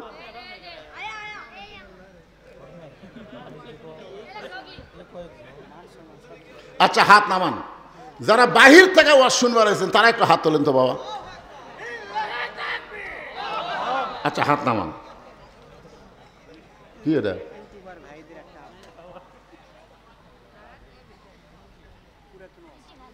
কি সেটা? ওরাই তো কালু, যারা নামাজ পড়েন এরাই কালু। বাবা নিচে নামিস না রে, নামাজ পড়িস না। হ্যাঁ, মসজিদের উন্নয়ন করবার চাস? মসজিদের উন্নয়ন মানে কি? বাইজিদ বোস্তামি দেখলেন, কাম হলো না, মনে আছে না ভুলে গেছেন? নামাজ পড়ে আল্লাহর কাছে কান্দাকারি করছে, ওই খালি শাস্তিছে। তো শাসা কি লক্ষণ ভালো? আল্লাহ রাসূল একদিন ফাতেমার ঘরের মধ্যে দেখে, তখন ফাতেমার বয়স হলো মাত্র 9 বছর। ধরে কোন কয় বছর? হাতের মধ্যে 2টা চুরি দিয়ে মুচকি মুচকি হাসতেছে। 9 বছরের একটা ছোট্ট মেয়ে 2 হাতের 2টা চুরি দিয়ে মুচকি মুচকি হাসতেছে। ফাতেমার হাসি দেখার সাথে সাথে নবী আর ঘরে ঢুকলেন না। নবী ঘর থেকে বাইরে গেলেন। ফাতেমা চিন্তায় পড়ে গেল, যেই বাবা ঘরের মধ্যে ঢুকে আমাকে মা মা বলে আদর করে, আর সেই বাবা ঘরে ঢুকলো না, বাইরে গেল, কারণ কি? বারান্দায় গিয়ে তাকায় দেখে নবীর চোখ দিয়ে দর দর করে পানি পড়তেছে। নবীর চোখের পানি পড়া দেখে ফাতেমা অসৃষ্ট হয়ে বললেন, বাবা আপনি এমন করে কেন কাঁদতেছেন? রাসূল বলে, ফাতেমা যে দুনিয়াতে সাজবে মা, আল্লাহ তার আখিরাতের সাজ কমায়া দিবে। শুধু এইটুকু বলার সঙ্গে সঙ্গে ফাতেমা হাতের চুড়ি খুলে মাটিতে ফাইলে দিলেন। যেই মাত্র চুরি ফাইলা দিছে, নবী দৌড়ে গিয়ে চুরি দুইটা করে যখন জামাটের পকেটের মধ্যে ঢুকাইলেন, ফাতেমা বলতেছে, বাবা যেই চুরি হাতে দিলে আপনি কানলেন, সেই চুরি ফাইলা দিলাম, আপনি কেন পকেটের মধ্যে ঢুকাইলেন? রাসূল বলে, ফাতেমা এই চুরি যত্ন করে রাখতে হবে মা, শুধু চুরি নয়, একদিন তোমার নাকে নাকফুল পরাই দিব, একদিন তোমার কানে কানের দুল পরাই দিব, একদিন তোমার গলাত মালা পরাই দিব। ফাতেমা বললেন, কবে? রাসূল বললেন, যেদিন তোমার বিবাহ হবে। ফাতেমা শোনে না, মেয়েরা কেবলমাত্র এক ব্যক্তির জন্য সাজতে পারবে, সেই ব্যক্তি হলো তার স্বামী, স্বামী ছাড়া অন্য কারোর জন্যে নারীদের সাজা চলবে না। কথা জোরে কন। আপনার বউ সাজবি কার জন্যে? আপনার জন্য না বিয়ের জন্যে? তো বিয়ে আজকে আসতেছে, আজকে নতুন কাপড় পরেছে কেন? আজকে বিয়ে আসতেছে, আপনার বউ নতুন কাপড় পরলো কার জন্যে? দেখেন না, দেখেন না আপনার বউ কখন সাজে? যখন কোনো জায়গায় বেড়াবার যাবি তখন সাজবি। কে সাজতেছে কেন? তুমি জানো না আজকে অমুক জায়গায় যাবো। হায় হাই রে, আমি তোমার স্বামী, আমার সামনে সব পুরাতন কাপড় পরে থাকো, আর যখন কোনো জায়গায় যাও তখন নতুন কাপড় পরো। তখন বউ কোনার ঘুরতে দেখে বুড়ের আবার সাজ জেগেছে। মেয়েরা কেবলমাত্র এক ব্যক্তির জন্য সাজতে পারবে, সেই ব্যক্তি হলো কে?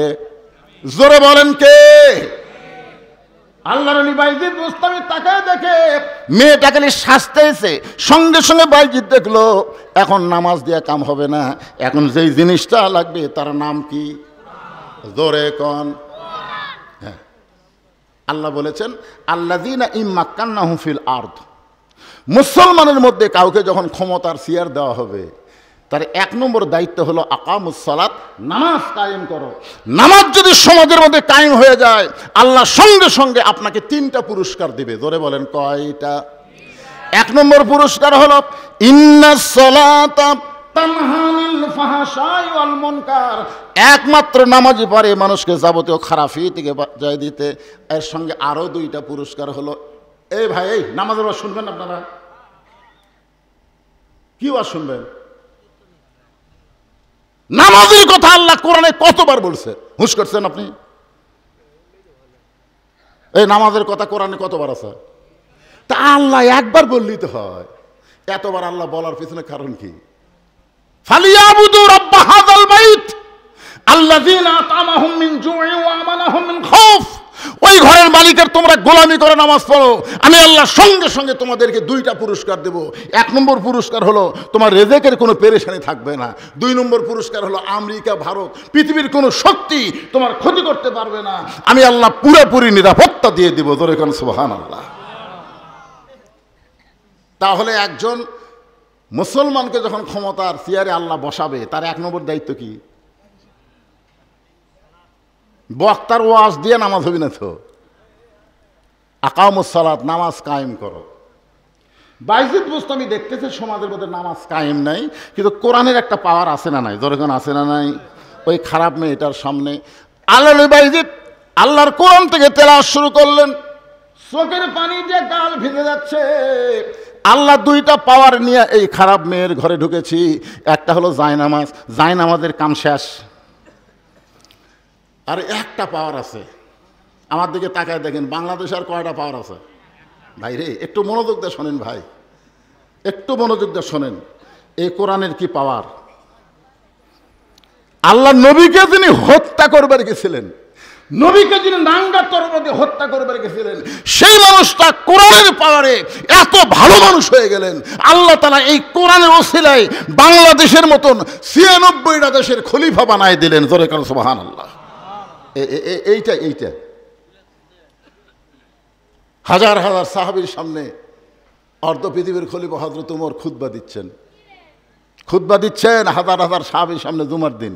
মাঝখান থেকে একজন দাঁড়িয়ে বলতেছে, আমিরুল মুমিনিন, আপনার খুতবা শুনবো না, আপনার খুতবা শুনবো না। ওমর ফারুক বললেন, আমার দোষ কি? বলে, আপনার দোষ হলো আমাদেরকে খাটো পাঞ্জাবি দিয়ে আপনি লম্বা জুব্বা গাওয়াত দিয়েছেন।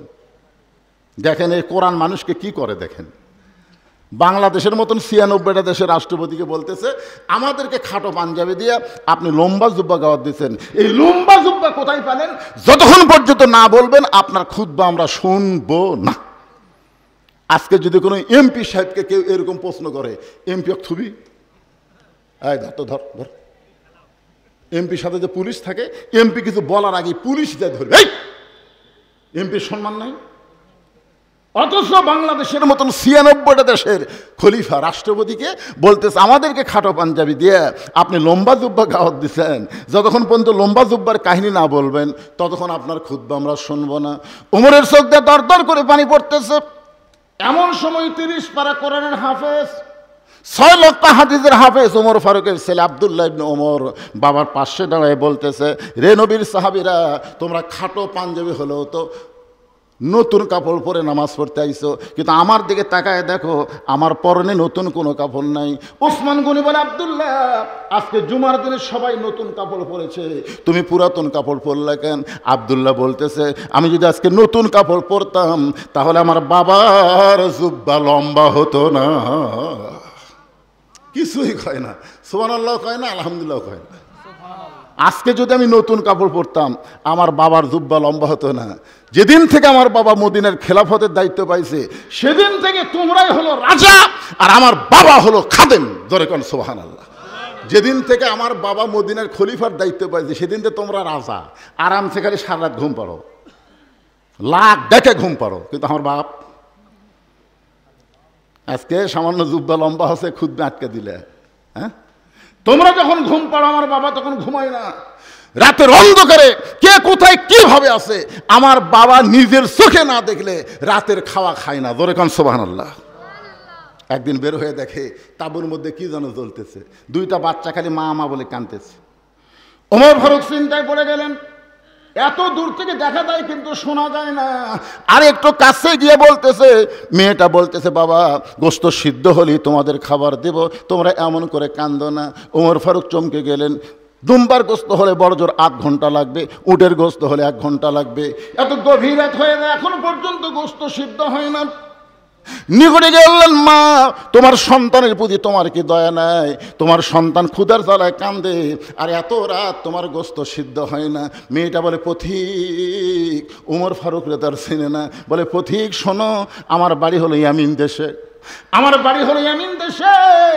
আমি শুনতে পাইলাম মদিনার খলিফা ওমর অত্যন্ত ভালো মানুষ।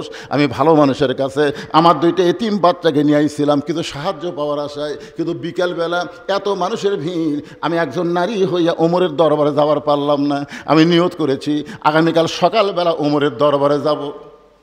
আমি নিয়ত করার পরে রাতের বেলা তাঁবু টাঙ্গায়া আমার 2টা বাচ্চাকে কলিজার মধ্যে বুকের মধ্যে নিয়ে আমি ঘুমাবার চাই, কিন্তু এদের পেটে এত খিদা লাগছে, এরা খিদার জ্বালায় খালি মা মা বলে কাঁদতেছে।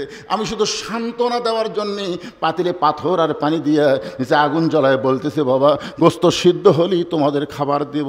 আমার মনে হচ্ছিল আমার সন্তান 2টা সান্ত্বনার বাণী শুনতে শুনতে একসময় ঘুমিয়ে যাবে আর সকালবেলা আমি ওমরের দরবারে নিয়ে যাব। কিন্তু আমার 2টা বাচ্চার পেটে এত খিদা লাগছে, ক্ষুধার যন্ত্রণা এদের চোখে ঘুম ধরতেছে না। আমার মনে হয় আমার এতিম বাচ্চা 2টা আজকে রাত পর্যন্ত বাঁচবে না। সঙ্গে সঙ্গে ওমর ফারুক আসামির মতন বললেন, মা তুমি আগুন জ্বালানো বাদ দিয়া, পানি পাথর সিদ্ধ করা বাদ দিয়া তুমি তোমার সন্তানের কাছে যাও। ইন্নাল্লাহ মা'আস সাবিরিন, ধৈর্যশীলদের সঙ্গে কে থাকে? মেয়ে এবার চলে গেছে 2টা বাচ্চার কাছে। ওমর ফারুক এক দৌড়ে বাইতুল মালের দরজায়, বাংলাদেশের মতন ৯৬ দেশের খলিফা পাগলের মতন দৌড়ায় বাইতুল মালের দরজায় গিয়ে বলে, আসলাম আর দেরি করিস না, বড় একটা খাবার বস্তা আমার মাথায় উঠে দে। আসলাম বলে, আমিরুল মুমিনিন কোথায় বস্তা নিয়ে যাওয়া লাগবে হুকুম দেন, সেই জায়গা পর্যন্ত আমি বস্তা পৌঁছায় দেই। ওমর ফারুক বলে, আসলাম রে, একজনের পাপের বোঝা আর একজন কেউ মাথায় নাই না, দে আমার মাথায় উঠে দে। মাথায় খাবার বস্তা নিয়ে ওমর ফারুক যখন দৌড়াই, পিছন দিক থেকে আসলাম কান্দের বলে, ইয়া আমিরুল মুমিনিন, এত ওজনের বস্তা নিয়ে দৌড়াতে গিয়ে আপনি যদি পড়ে যান আপনার কষ্ট হবে। ওমর কান্দের বলে, আসলাম রে, সময় মতো যদি জায়গায় যাবার না পারি তাহলে আল্লাহ জাহান্নামের আগুনে ওমরকে ফিরায় ফেলবে। এক দৌড়ে বাইতু ওই তাঁবুর নিকটে বললেন, মা তোমার সন্তান দুইটাকে জীবিত আছে। মেয়েটা বলতেছে এখনো পর্যন্ত ওরা জীবিত আছে। ওমর ফারুক বললেন, মা তাহলে বস্তার ভিতর থেকে আটাত উটি তৈরি করে হালুয়া তৈরি করে আমার সামনে দাও। মেয়েটা উটিয়ার হালুয়া তৈরি করে ওমর ফারুকের হাতে যখন দেয়, ওমর ফারুক দুইটা তিন বাচ্চাকে দুই উরাতের উপরে বসায়া রুটি ছিঁড়ে হালুয়া যখন মুখের মধ্যে দেয়, ওমরের চোখটা দরদর করে পানি পড়তেছে। দুইটা বাচ্চা বলে, কে গো তুমি?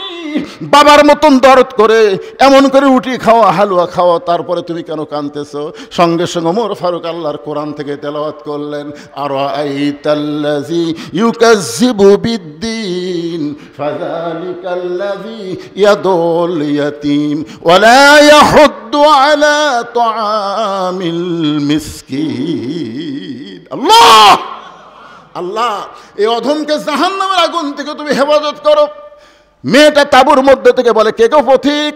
ভালো মানুষের গল্প শুনেছি, কিন্তু মানুষ এমন ভালো হয় কোনোদিন কল্পনা করি নাই। তুমি কেন জাহান্নামের আগুন থেকে বাঁচতে চাও? আল্লাহ ওমরকে মদিনার খলিফা না বানায়া তোমার যদি মদিনার খলিফা বানাইতো, আল্লাহ মদিনার জান্নাত বানায়া দিত।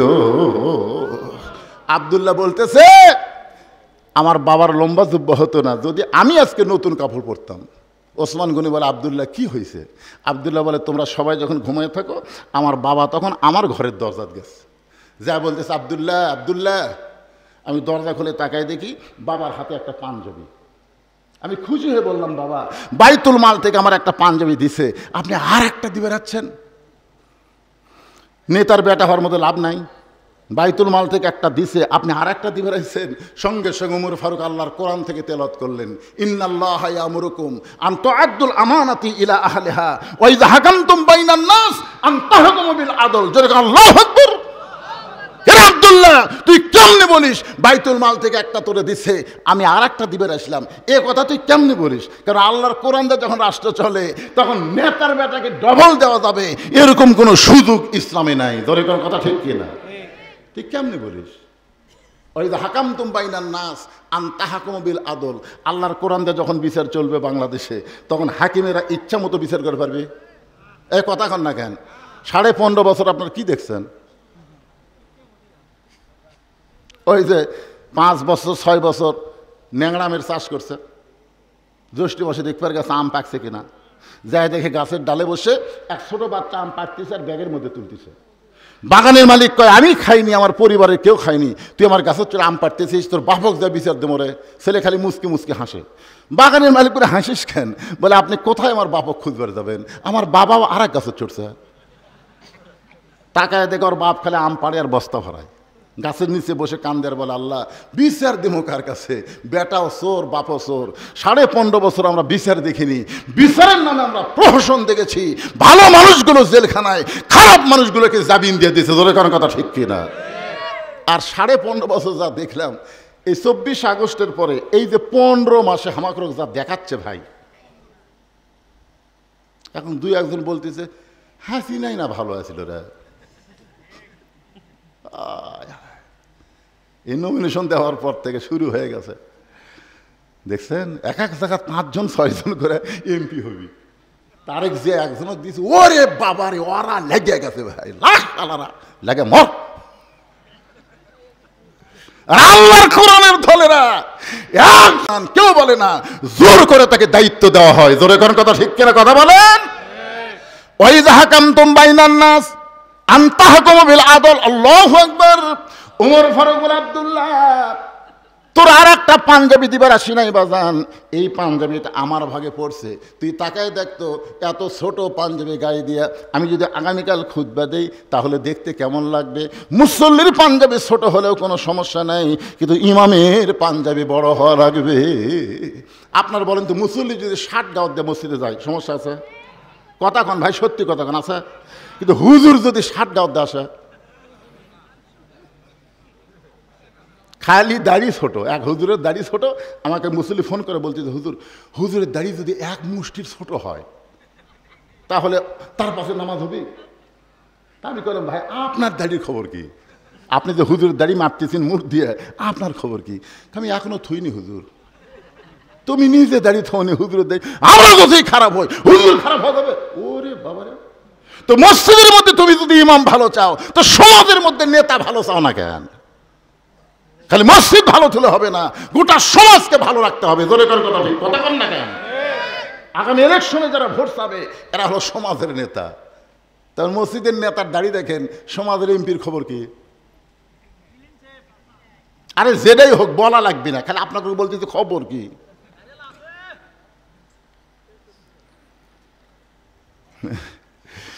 এক মেয়ে আমারে কইছে, হুজুর আমার স্বামী এত সুন্দর, আমি যখন রাস্তা দিয়ে যাই মেয়েরা খালি আমার স্বামীর দিকে বারবার তাকায়, তা আমি কোন দোয়া পড়লে মেয়েরা আমার স্বামীর দিকে তাকাবে না? আপনি একটু দোয়াটা শিক্ষা দেন। আমি কোনো দোয়া লাগবে না মা, তোমার স্বামীকে চাচা বানাও। যেই বলছি তোমার স্বামীকে চাচা বানাও, মেয়েটা রাখে, হুজুর আপনি আলেম না জানেন, আপনি আমার স্বামীকে চাচার কথা বল। আরে পাগলি, তো কি চাচা কবার করছি, চাচা বানাবার করছি? হাত পাও ধরে কোনোভাবে খালি দাড়ি রাখার ব্যবস্থা কর।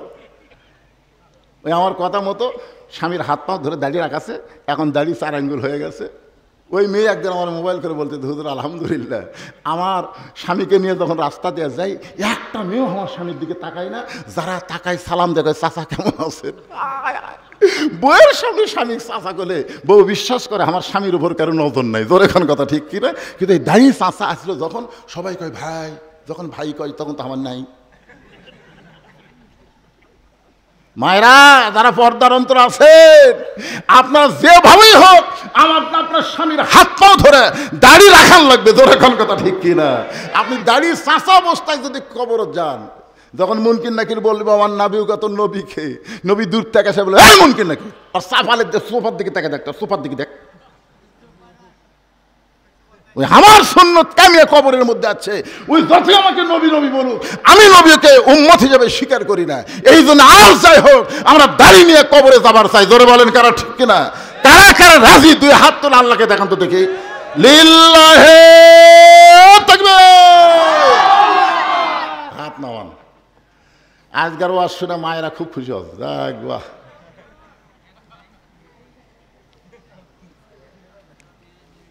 কি কষ্ট পাচ্ছেন? একটু মহব্বত না কথাগুলো শুনতে হবে। বাইজিদ বুস্তামি, ওই খারাপ মেয়ের ঘরের মধ্যে আল্লাহর কোরআন, এই কোরআনের পরে আর কিছু আছে? আল্লাহ বলেছেন অনুনাজ্জিলু মিনাল কোরআনি মা হুয়া শিফাউ ওয়া রাহমাতুল লিল মুমিনিন। এর বাংলা স্লোগান হলো সব সমস্যার সমাধান দিতে পারে আল কোরআন। আপনারা কি বিশ্বাস করেন? তাহলে স্লোগানটা সবাইকে দেওয়া লাগবে, সব সমস্যার সমাধান দিতে পারে আল কোরআন। হলো না। আমার এলাকায় 2 দল মানুষ খুব আস্তে কথা কয়। আমার এলাকার একদল মানুষ হলো মেয়ে মানুষ, জোরে কথা বললে পর্দার খেলাপ হয়, এজন্য জোরে কয় না। আর একদল আপাতত বাড়াচ্ছে চোর, এরা ফিস ফিস করে কথা কয়, জোরে বললে ধরা পড়ার ভয়। আপনার কি এই 2 দলের মধ্যে মেয়েও না চোরও না? তাহলে স্লোগান কোরআনের পক্ষে দিবেন, জবান খুলবেন না কে ভাই? হতে পারে আজকে কোরআনের স্লোগানের কারণে আল্লাহ আপনার জাহান্নাম বাতিল করে জান্নাতের মালিক যদি বানায় দেয়। সব সমস্যার সমাধান সবাই বলবেন দিতে পারে আল কোরআন। সব সমস্যার সমাধান দিতে পারে আল কোরআন। আল কোরআনের আলো সংসদে আলো, কোরআন হাদিস যেখানে আমরা আছি সেখানে দুনিয়ার মুসলমান এক হও লিল্লাহি তাকবীর। আল্লাহর ওলি বাইজিদ বুস্তামি আল্লাহর কোরআন থেকে তেলাওয়াত করতেছেন। যখন কোনো মেয়েরা ঘরের মধ্যে থাকবে তাদের জন্য বলতেছে মা অকরনা ফি বুয়ুতিকুন্না ওয়ালা তাবাররুজনা তাবাররুজাল জাহিলিয়াতিল উলা। আব্দুল্লাহ বলতেছে আমি আমার পাঞ্জাবি যেটা আমাকে বাইতুল মাল থেকে দিচ্ছে ওইটা আমি আমার বাবাকে দান করে দিলাম, কারণ ছোট পাঞ্জাবি গাওয়া বাবা খুতবা কেমনে দিবে। আমি গভীর রাত্রে বাবাকে দান করে বাবার পিছনে পিছনে আমি রওনা দিলাম, দেখি তো বাবা কি করে। আমি তাকাই দেখি বাবা ঘরের মধ্যে ঢুকে দরজা জানলা বন্ধ করে দিছে। আমি ফাঁক দিয়ে তাকাই দেখি তার পাঞ্জাবি আমার পাঞ্জাবি দুইটা একত্র করে জুব্বা বানায় বাবা খুতবা দেয়। এখন তোমরাই বলো আমার বাবার খুতবা কি শোনা যায়? সমস্ত সাহাবেরা চিল্লায় বলতেছে আল্লাহর কোরআন দিয়ে যখন রাষ্ট্র চলবে এমন ভালো মানুষকে মুসলমানেরা নেতা হিসাবে দেখতে পাবে। এখন যারা কোরআন নিয়ে সংসদে যাওয়ার চায় তাদের ব্যাপারে কি আপনাদের সন্দেহ আছে? আপনাদের এলাকায় হোক, আমার এলাকায় হোক, সব জায়গায় দেখবেন এই মানুষগুলো খারাপ না ভাইজান। বাইজিদ বোস্তামি রহমতুল্লাহ আলাইহি আল্লাহর কোরআন থেকে তেলাওয়াত করতেছেন, আল্লাহ নামাজ দিয়ে কাম হয় নাই, কোরআন দিয়ে যদি না হয় তাহলে সব পাওয়ার শেষ হয়ে যাবে। বাংলাদেশের সমস্ত মুসলমান এই মুহূর্তে একটা জিনিসকে টার্গেট করে চলতেছে, যার নাম হলো আল্লাহর কোরআন। ঠিক কিনা বলেন? আল্লাহ কোরআন পড়তেছে আর আল্লাহর কাছে দোয়া করতেছে, আল্লাহ আল্লাহ। কিছুক্ষণ পর কোরআন পড়ার পরে বাইজিদ বোস্তামি তাকায় দেখে মেয়েটা সরাসরি এরকম তাকান হবে না, বুঝলেন? কোনো পর নারীর দিকে যদি আপনি তাকাবার চান অ্যাঙ্গেলে তাকাবেন। কোরআন শরীফ পড়তেছে আর অ্যাঙ্গেলে তাকায় দেখতেছে, মাথার ঘোমটা দিছে। এতক্ষণ পর্যন্ত মেয়েটা নামাজ পড়া অবস্থায় অ্যাঙ্গেলে দেখছে, সাজিচ্ছে। এবার কোরআন তেলাওয়াত শুনে কি দিছে? আচ্ছা আপনার বলেন তো, মাথার যদি ঘোমটা দেয় আপনাদের কি মনে হচ্ছে? আল্লাহ রাসূল বললেন, ফাতেমা তোমার কি কখনো মনে হয় যে তোমার বাবা আল্লাহর নবী হওয়ার কারণে আল্লাহ তোমাকে জান্নাত দিবে? ফাতেমা বলতেছে, বাবা আপনি কি করেন? আমার সবসময় মনে হয় আমার বাবা বিশ্ব নবী, সাইদুল আম্বিয়া, সাইদুল মুরসালিন, আর এই নবীর মেয়ে হয়ে আল্লাহ আমাকে জান্নাত দিবে না? আল্লাহ রাসূল দুই ধাপ উঠে গিয়ে ফাতেমার হাত ধরে একটা চুমা দিয়ে বললেন, মা এই চিন্তা তোমার ভুল। তুমি কখনোই মনে করবা না তোমার বাবা বিশ্বনবী হওয়ার কারণে আল্লাহ তোমাকে জান্নাত দিবে। জান্নাতে যদি যাবার চাও তাহলে জান্নাতের আমল করে তোমাকে জান্নাতে যাওয়া লাগবে। সঙ্গে সঙ্গে ফাতেমার চোখের মধ্যে পানি, বাবা তাহলে জান্নাতের আমল করে যদি জান্নাতে যাইতে হয়, মেয়েদের জন্য জান্নাতের আমল কি? রাসূল বললেন মাত্র 4টা আমল করা লাগবে। ধরে বলেন কয়টা? 1 নম্বর আমল হলো 5 ওয়াক্ত নামাজ পড়বা। 5 ওয়াক্ত, 5 কথা কয় না, 5 এবার আপনারা কন না কেন? ওয়াক্ত মানে কি? 24 ঘন্টায় নামাজ পড়া লাগবে না, 24 ঘন্টার মধ্যে 5টা সময় নামাজ পড়লে নামাজের হক আদায় হবে। রাসূল বলেন, ফাতেমা 12 মাসের মধ্যে 1 মাস রোজা রাখলে রোজার হক আদায় হবে। ফাতেমা স্বামীর খেদমত সবসময় করা লাগবে না, স্বামী যখন খেদমত চাবে তখন খেদমত করবা। আমার কথা কি বুঝতে পারলেন? মেয়েদেরকে রাসূল বলতেছেন স্বামীর খেদমত সবসময় করা লাগবে না। বর্তমানে আলুর যে দাম কম, এখন যদি রাত্রেবেলা বউ খেদমত করবার চাই, স্বামী কয় যে কয়টা বস্তা থুতি রে ভাই, 50-100 টাকা করে দিবার চাই, তার মধ্যে এসে খুঁতখুত করতেছে। মনের মধ্যে শান্তি না হলে ওই জায়গায় শান্তি হয়। এই জন্যে অতি ভক্তি, ধরে এখন অতি ভক্তি। রাসূল বলেছেন সবসময় স্বামীর খেদমত করা লাগবে না, স্বামী যদি খেদমত চায় তখন খেদমত করবা। যদি আপনাদের বউ দেখেন কোনোদিন আপনাকে খেদমত করবার আছে, কারেন্টের ফ্যান বন্ধ করে দিয়ে তাল পাকার বাতাস করতেছে, স্বামী কয় কে গো কারেন্ট গেছে? কয় না, ওই ফ্যান যদি আপনাকে শান্তি দেয় তাহলে আমি জান্নাতে কেমনে যাই? এই জন্য কারেন্টের ফ্যান বন্ধ করে দিয়ে তাল পাকার বাতাস করতেছি। কিছুক্ষণ পরে এক হাতে বাতাস করে এক হাতে কপাল টিপতেছে। স্বামী কয় আল্লাহ রে তুমি এত খেদমত করো। বউ বলে আপনার পায়ের তলে আমার জান্নাত, খেদমত না করলে জান্নাত পাবো? সমানে খেদমত করে। স্বামী এক সময় 2 হাত তুলে বলতেছে, আল্লাহ আল্লাহ আমার এই বউ জান্নাত দিও আল্লাহ। বউ বলতেছে হবে না, হবে না। স্বামী কয় হবে না মানে আমি দোয়া করতেছি। তুমি যতই দোয়া করো তোমার সঙ্গে জান্নাতে থাকা আমার হবে না। স্বামী কয় কেন? বলে জান্নাতে না থাকার কারণ হলো তোমার বুড়া বাপ আর বুড়ি মাও। তুমি যখন বাড়িতে থাকো না, এই বুড়া বুড়ির অত্যাচারে আমার কলজাত আগুন লেগে গেছে। তুমি যদি আমাকে নিয়ে জান্নাতে থাকার চাও তাহলে তোমার বাপ মা বাদ দেওয়া লাগবে, আর তোমার বাপ মাকে বাদ দিয়ে যদি আমার সঙ্গে থাকো তাহলে জান্নাতে থাকা হবে। অমা আলাইনা ইল্লাল বালাক। এখন তুমি কি করবা কও? তোমার বাপ মাকে বাদ দিবা, হামাক লিবা, না হামাক বাদ দিয়ে তোমার বাপ মাকে লিবা? তুমি কোনটা করবা কও? তোর স্বামী চিন্তা করে কি করি রে, কোনটা ধরি কোনটা ছাড়ি, কোনটা ধরি কোনটা ছাড়ি। বাম কান্দে ফেরা, এই শয়তান কোনটা ধরি কোনটা ছাড়ি? যেটি বাপ মায়ের কথা আছে সেটি বইয়ের কথা আলাই যাবি না। কোনটা ধরি কোনটা ছাড়ি এই চিন্তা করাই যাবে না তো, তুই বউ বাদ দে। ওয়াকাদা রাব্বুকা আল্লা তা'বুদু ইল্লা ইয়াহু ওয়া বিল ওয়ালিদাইনি ইহসানা। আল্লাহু আকবার। বউ বাদ দে। আল্লাহর কোরআন বলতেছে, আমার কথা না। বউ বাদ দে, সকালে বাদ দিব, বিকালে বিয়ে করব। বউ যদি মরে যায় তোর কোনো টেনশন নাই, আর একটা বিয়ে করব। কিন্তু বাপ মা যদি মরে যায় তুই বল বাপ মা পাবো?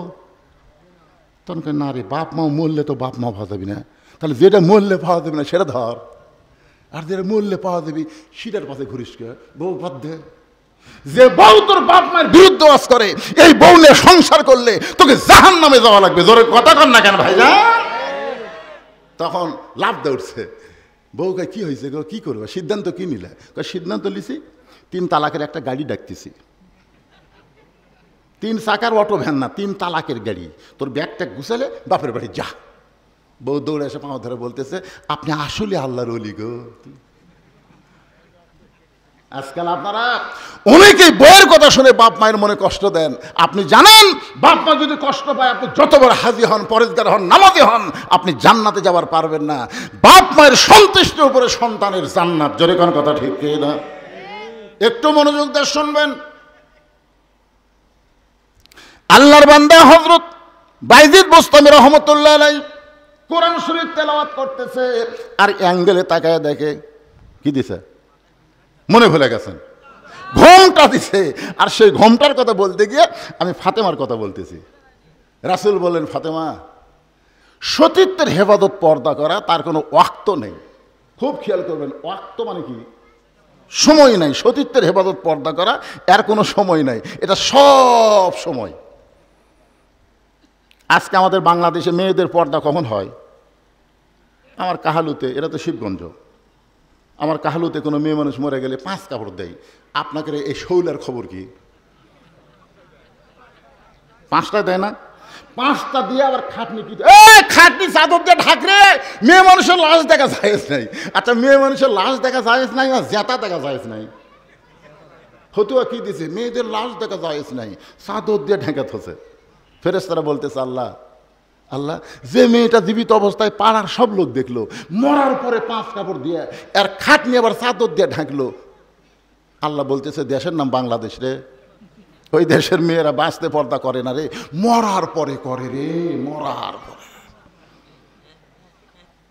আপনার বলেন, আপনাদের যার বউকে গোটা পাড়ার সব পুরুষ দেখেছে, এরে 5 কাপড় লয়, 5 কোটি কাপড় দিয়েও কাম হবে না, 5 কোটি কাপড় দিয়েও কাম হবে না। একটু মনোযোগ দিয়ে শুনবেন। রাসূল বলেন, ফাতেমা, সতীত্বের হেফাজত পর্দা করা সবসময়। সঙ্গে সঙ্গে ফাতেমার কাছে একটা ওড়না ছিল, ওই ওড়নাটা মাথার উপরে দিয়ে ঘোমটা দিয়ে দিল। যেই ঘোমটা দিয়েছে, আল্লাহ রাসূল বলেন, ফাতেমা ঘোমটা দিলে কারণ কি? বলে, আপনাকে সাক্ষী রেখে বলতেছি, এই মুহূর্তে আমি পর্দার মধ্যে ঢুকে গেলাম, এই মুহূর্তে আমি পর্দার মধ্যে ঢুকে গেলাম। রাসূল বললেন, আমিন। মেয়ে বলতেছে, এই মুহূর্তে আমি কার মধ্যে ঢুকলাম? আল্লাহ রাসূল বলেন, আমিন। আচ্ছা, একজন দোয়া করতেছে, চাচ্ছে, আর রাসূল যদি আমিন কয়, এটা কবুল হবে না? কত পার্সেন্ট? 100%। আল্লাহ রাসূল চলে গেছেন। কয়েকদিন পরে আল্লাহ জানায়, বলতেছে, হাবিব, আপনার মেয়ে পর্দার মধ্যে ঢোকার কারণে আমি আল্লাহ এত খুশি হয়েছি, সাইদাতুন নিসাই আহলাল জান্নাহ ফাতেমাতুজ জোহরা, আমি আল্লাহ তাকে জান্নাতি নারীদের নেত্রী বানাই দিয়েছি। জোরে কোন সুবহানাল্লাহ। পর্দার মধ্যে থাকার কারণে জান্নাতি নারীদের নেত্রী। আপনারা বলেন তো, ফাতেমা, আমি আপনাদের ওয়াজ শুনেছি, দুধারে ওয়াজ শুনছেন, মা ফাতেমা কখন মারা গেছে? দিনের বেলা না রাতের বেলা? সবাই কন না কেন, দিনে না রাতে? স্বামীর কাছে 3টা ওসিয়ত করেছিল। 1 নম্বর ওসিয়ত হলো, রাতের অন্ধকারে খালি পর্দার মধ্যে মারা গেলে হবে না, রাতের অন্ধকার আমাকে দাফন করা লাগবে। 2 নম্বর ওসিয়ত হলো, আমার জন্য কোনো জানাজার ব্যবস্থা করবেন না। 3 নম্বর ওসিয়ত হলো, আমার লাশটা খাটনির উপরে তুলবেন না। আলী বললেন, ফাতেমা, তুমি নবীর কলিজার টুকরা, তোমার জানাজায় হাজার হাজার মানুষ হবে, দোয়া করবে। ফাতেমা বললেন, 1 লক্ষ মানুষ যদি বলে ফাতেমা ভালো, আর আপনি যদি বলেন ভালো না, এই ফাতেমার জন্য জান্নাতের দরজা আল্লাহ বন্ধ করে দিবে। আর দুনিয়ার সমস্ত মানুষ যদি বলে ফাতেমা খারাপ, আর আপনি যদি বলেন ফাতেমা ভালো, এই স্বামীর সার্টিফিকেটে ফাতেমার জন্য আল্লাহ 8টা জান্নাতের দরজা খুলে দিল। তাহলে বউ ভালো হওয়া লাগবে কার কাছে? এই হক কথাটা এখন তো কার কাছে? আর আমাকে একটা লব উল্টা কি কয়, খালি তুমি আমাকে দেখবার পারো না, খালি তুমি। পাড়ার মধ্যে খুঁজে দেখো আমার বিরুদ্ধে কেউ নেই। আমি মায়েদের বলতেছে, মা গোটা পাড়া না গোটা দুনিয়ার লোক যদি আপনাকে ভালো কয় আপনি ভালো হতে পারবেন না যতক্ষণ স্বামী ভালো না বলবে। জোরে করে কথা কন না কেন ভাইজান? আমার লাশটা খাটনিতে তুলবেন না। আমি ফাতেমা হিসাব করে দেখেছি, বর্তমান 4 জন পুরুষ খাটনি কান্দে নেওয়ার দুনিয়াতে নাই। আল্লাহর নবী আমার বাবা যদি দুনিয়াতে থাকতো, মরা মেয়ের লাশের খাটনি বাবা কান্দে নিবার পারত। আমার হাসান হোসেন যদি বড় হইতো তাহলে মায়ের লাশের খাটনি কান্দে নিবার পারত। অবশ্যই আমার বাবা 6 মাস আগে দুনিয়া থেকে বিদায় নিয়েছে। আমার হাসান হোসেন এত ছোট, এরা মায়ের লাশের খাটনি কান্দে নিবার পারবে না। আপনি শুধু কান্দে করে ওই জান্নাতুল বাকির পূর্ব কোণায় সবুজ রঙের একটা বাতি জ্বলবে, ওই বাতি বরাবর আমাকে দাফন করবেন। ওগো আল্লাহর বান্দা হযরত আলী চোখের পানি বের করে পাগলের মতন কাঁদতেছে। ফাতেমা বলে, স্বামী গো, মৃত্যুর কথা শুনে এমন করে কাঁদবেন না, কারণ মৃত্যু এমন একটা জিনিস, আল্লাহ কোরআনে বলেছেন যাআত সাকারাতুল মাউত হাক্কুন, প্রত্যেকটা মানুষের জন্য মৃত্যুর চাইতে সত্য আর কিছুই না। এখানে যত মানুষ বসে আছেন, আপনার বলেন তো এমন কোনো ব্যক্তি আপনার বলতে পারেন যেখান থেকে আমি বাড়ি যাওয়ার গ্যারান্টি আছে? একটা লোক বলেন, হুজুর আমার বাড়ি এটি, হুজুর আমি যাচ্ছি। কোন খালি কোন? তো বাড়ি যাওয়ার গ্যারান্টি যদি না থাকে, বাড়ি যাওয়ার মতন আমাকে গ্যারান্টি নেই, তাহলে আল্লাহর ঘর মসজিদের জন্য টাকা চাইলে আপনার দেন না কেন? এ বাবা, এই মুরব্বী দে, শোনেন বাবা, এদের শোনেন, না দেন না দেন, এই বুড়া বয়সে এই মাহফিলের সঙ্গে এমন করবেন না। আপনাদের কাছে যদি আমি মসজিদের জন্য গামছা দিই, গামছাটা আদায় করছেন?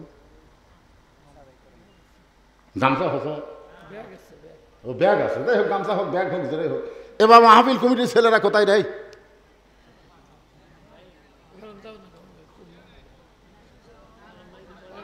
এই এটা কি একে? ও আচ্ছা আচ্ছা আচ্ছা, ঠিক আছে ঠিক আছে, কাত করে আদায় করো, তোমরা আদায় করবো কাত।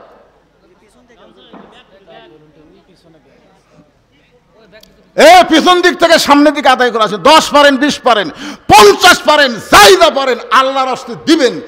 না দিবেন এরকম কোনো নিয়ত করেন না। হতে পারে আপনার জীবনের শেষ দান, আজকের এই দানটা আপনার জীবনের শেষ দান হতে পারে ভাই। এই মনে করে পকেটটা বার করেন তো বাড়ি যাওয়ারই গ্যারান্টি নাই, তাহলে টাকা পকেটে থেকে কী করবেন? এই তোরা পারবো না রে, তোর মতন ছেলে আদায় করবে, দিন আরেক দিকে চলে যাবো। যারা মাহফিল কমিটির ভলেন্টিয়ার, আমি তাদেরকে শুধু বলবো, অন্য কেউ যেন আদায় করতে ওঠেন না, তারাই উঠছে। পিছন দিক থেকে আসতেছে, আপনারা সামনের দিক থেকেও যান, সময় দেওয়া যাবে না তো, অল্প সময়ের মধ্যে কাম সারা লাগবে। আপনারা পকেট থেকে বার করেন, জীবনের শেষ দান মনে করে যিনি যা পারবেন, একজন ওটা বসা করবেন না। আল্লাহ তোমার মসজিদের জন্য আদায় করতেছি, এই সময় অজাতে তারা উঠবে। মরার 1 বছর আগে এক প্যারালাইসিস ব্যারাম দিয়ে বুঝাই দিও যে সব জায়গাতে উঠতে চাইলে হবি না। কি কোন প্যারালাইসিস বোঝেন? প্যারালাইসিস বোঝেন কি কথা রে বারে? ও শুনতে বসে থাকবেন আর টাকা দিবেন, লাভতে উঠবেন। আপনি টাকা আল্লাহ লিবে না তো, ভালো জায়গা সবাই দান করা পারে না। পৃথিবীর শ্রেষ্ঠ জায়গা আল্লাহর ঘর, আর সেই ঘরের টাকা দিতে শয়তান আপনাকে ধোঁকা দেয় কেমনে? যাদের পকেটে আছে আমি তাদের কাছে দাবি করতেছি। বাইজিদ বোস্তামি আল্লাহর কোরআন তেলাওয়াত করতেছেন, অ্যাঙ্গেলে দেখতেছে, মনে আছে না? ভুলে গেছেন? হ্যাঁ, এই জায়গা এখান থেকে মজার ওয়াজ। হ্যাঁ, সবাই দেন, ব্যাগ দান ভরে যায়। আমার মা বোনদের কি এক জায়গায় বসবার দিচ্ছেন না? মা বোনদের জন্য কেউ আছে আদায় করবি? ও ওখানে আছে, মাশাআল্লাহ। মায়েরা আপনারাও আল্লাহর রাস্তায় দান করেন। আজকে যতক্ষণ আমি ওয়াজ করছি, পুরুষের চাইতে নারীদের ওয়াজ কিন্তু তুলনামূলক বেশি করছি। কি কোন বেশি করিনি? মাশাআল্লাহ। এদের বাচ্চারা ঠিকই তো। এখন পর্যন্ত মেয়ে মানুষের ওয়াজই হচ্ছে। বাইজিদ বোস্তামি কোরআন তেলাওয়াত করতে করতে অ্যাঙ্গেলে কাক দেখতেছে? মহিলা। আপনারা অ্যাঙ্গেলে দেখবেন, ডাইরেক্ট দেখবেন না। কয়বার? এই জোরে কানে অ্যাঙ্গেলে কয়বার দেখবেন? যদি মনের মধ্যে কোনো কুমন্ত্রণা আসে সঙ্গে সঙ্গে পড়বেন আস্তাগফিরুল্লাহ, পড়েন আস্তাগফিরুল্লাহ রাব্বি মিন কুল্লি জামবি ওয়া তুবু ইলাইহি। আপনারা উঠতেছেন কেন রে ভাই? উঠতেছেন কেন? আমার কলজা ভরে গেছে। 10টার সময় উঠে এই যে 12টা পর্যন্ত আপনারা বসে আছেন, লড়াচড়া নাই, ভালোই লাগতেছে তো। আদায়ের কথা শুনে লাভ দিয়ে ওঠেন কেন? আপনি কি মনে করতেছেন এ টাকা বসালে আপনি কবরে যাবেন? কিন্তু যেদিন ডাক পড়িবে কবর মাঝে যাইতে জোগাড় কিছু করছো বন্ধু তার মাঝে বিছাইতে। ডানে কবর বামে কবর নিচে কবর আছে যে, ওপর দিকে চাইয়া দেখো বাঁশের ছাউনি দিছে গে। আমাকে বলছিল যে হুজুর আপনি একটু কালেকশন করবেন, দেখছেন কালেকশন করা চাই। এই সামান্য টাকা চাইলে মানুষ দিবে না, কেন টাকা দেব না, টাকা দিব না। একটা কুকুর যাচ্ছে রাস্তা দিয়ে না খায়া, ইতিমধ্যে এক লোক টোপলা নিয়ে ওই রাস্তা দিয়ে যাওয়ার সময় দেখে কুকুর যে কোনো সময় পড়েই মরে যাবে।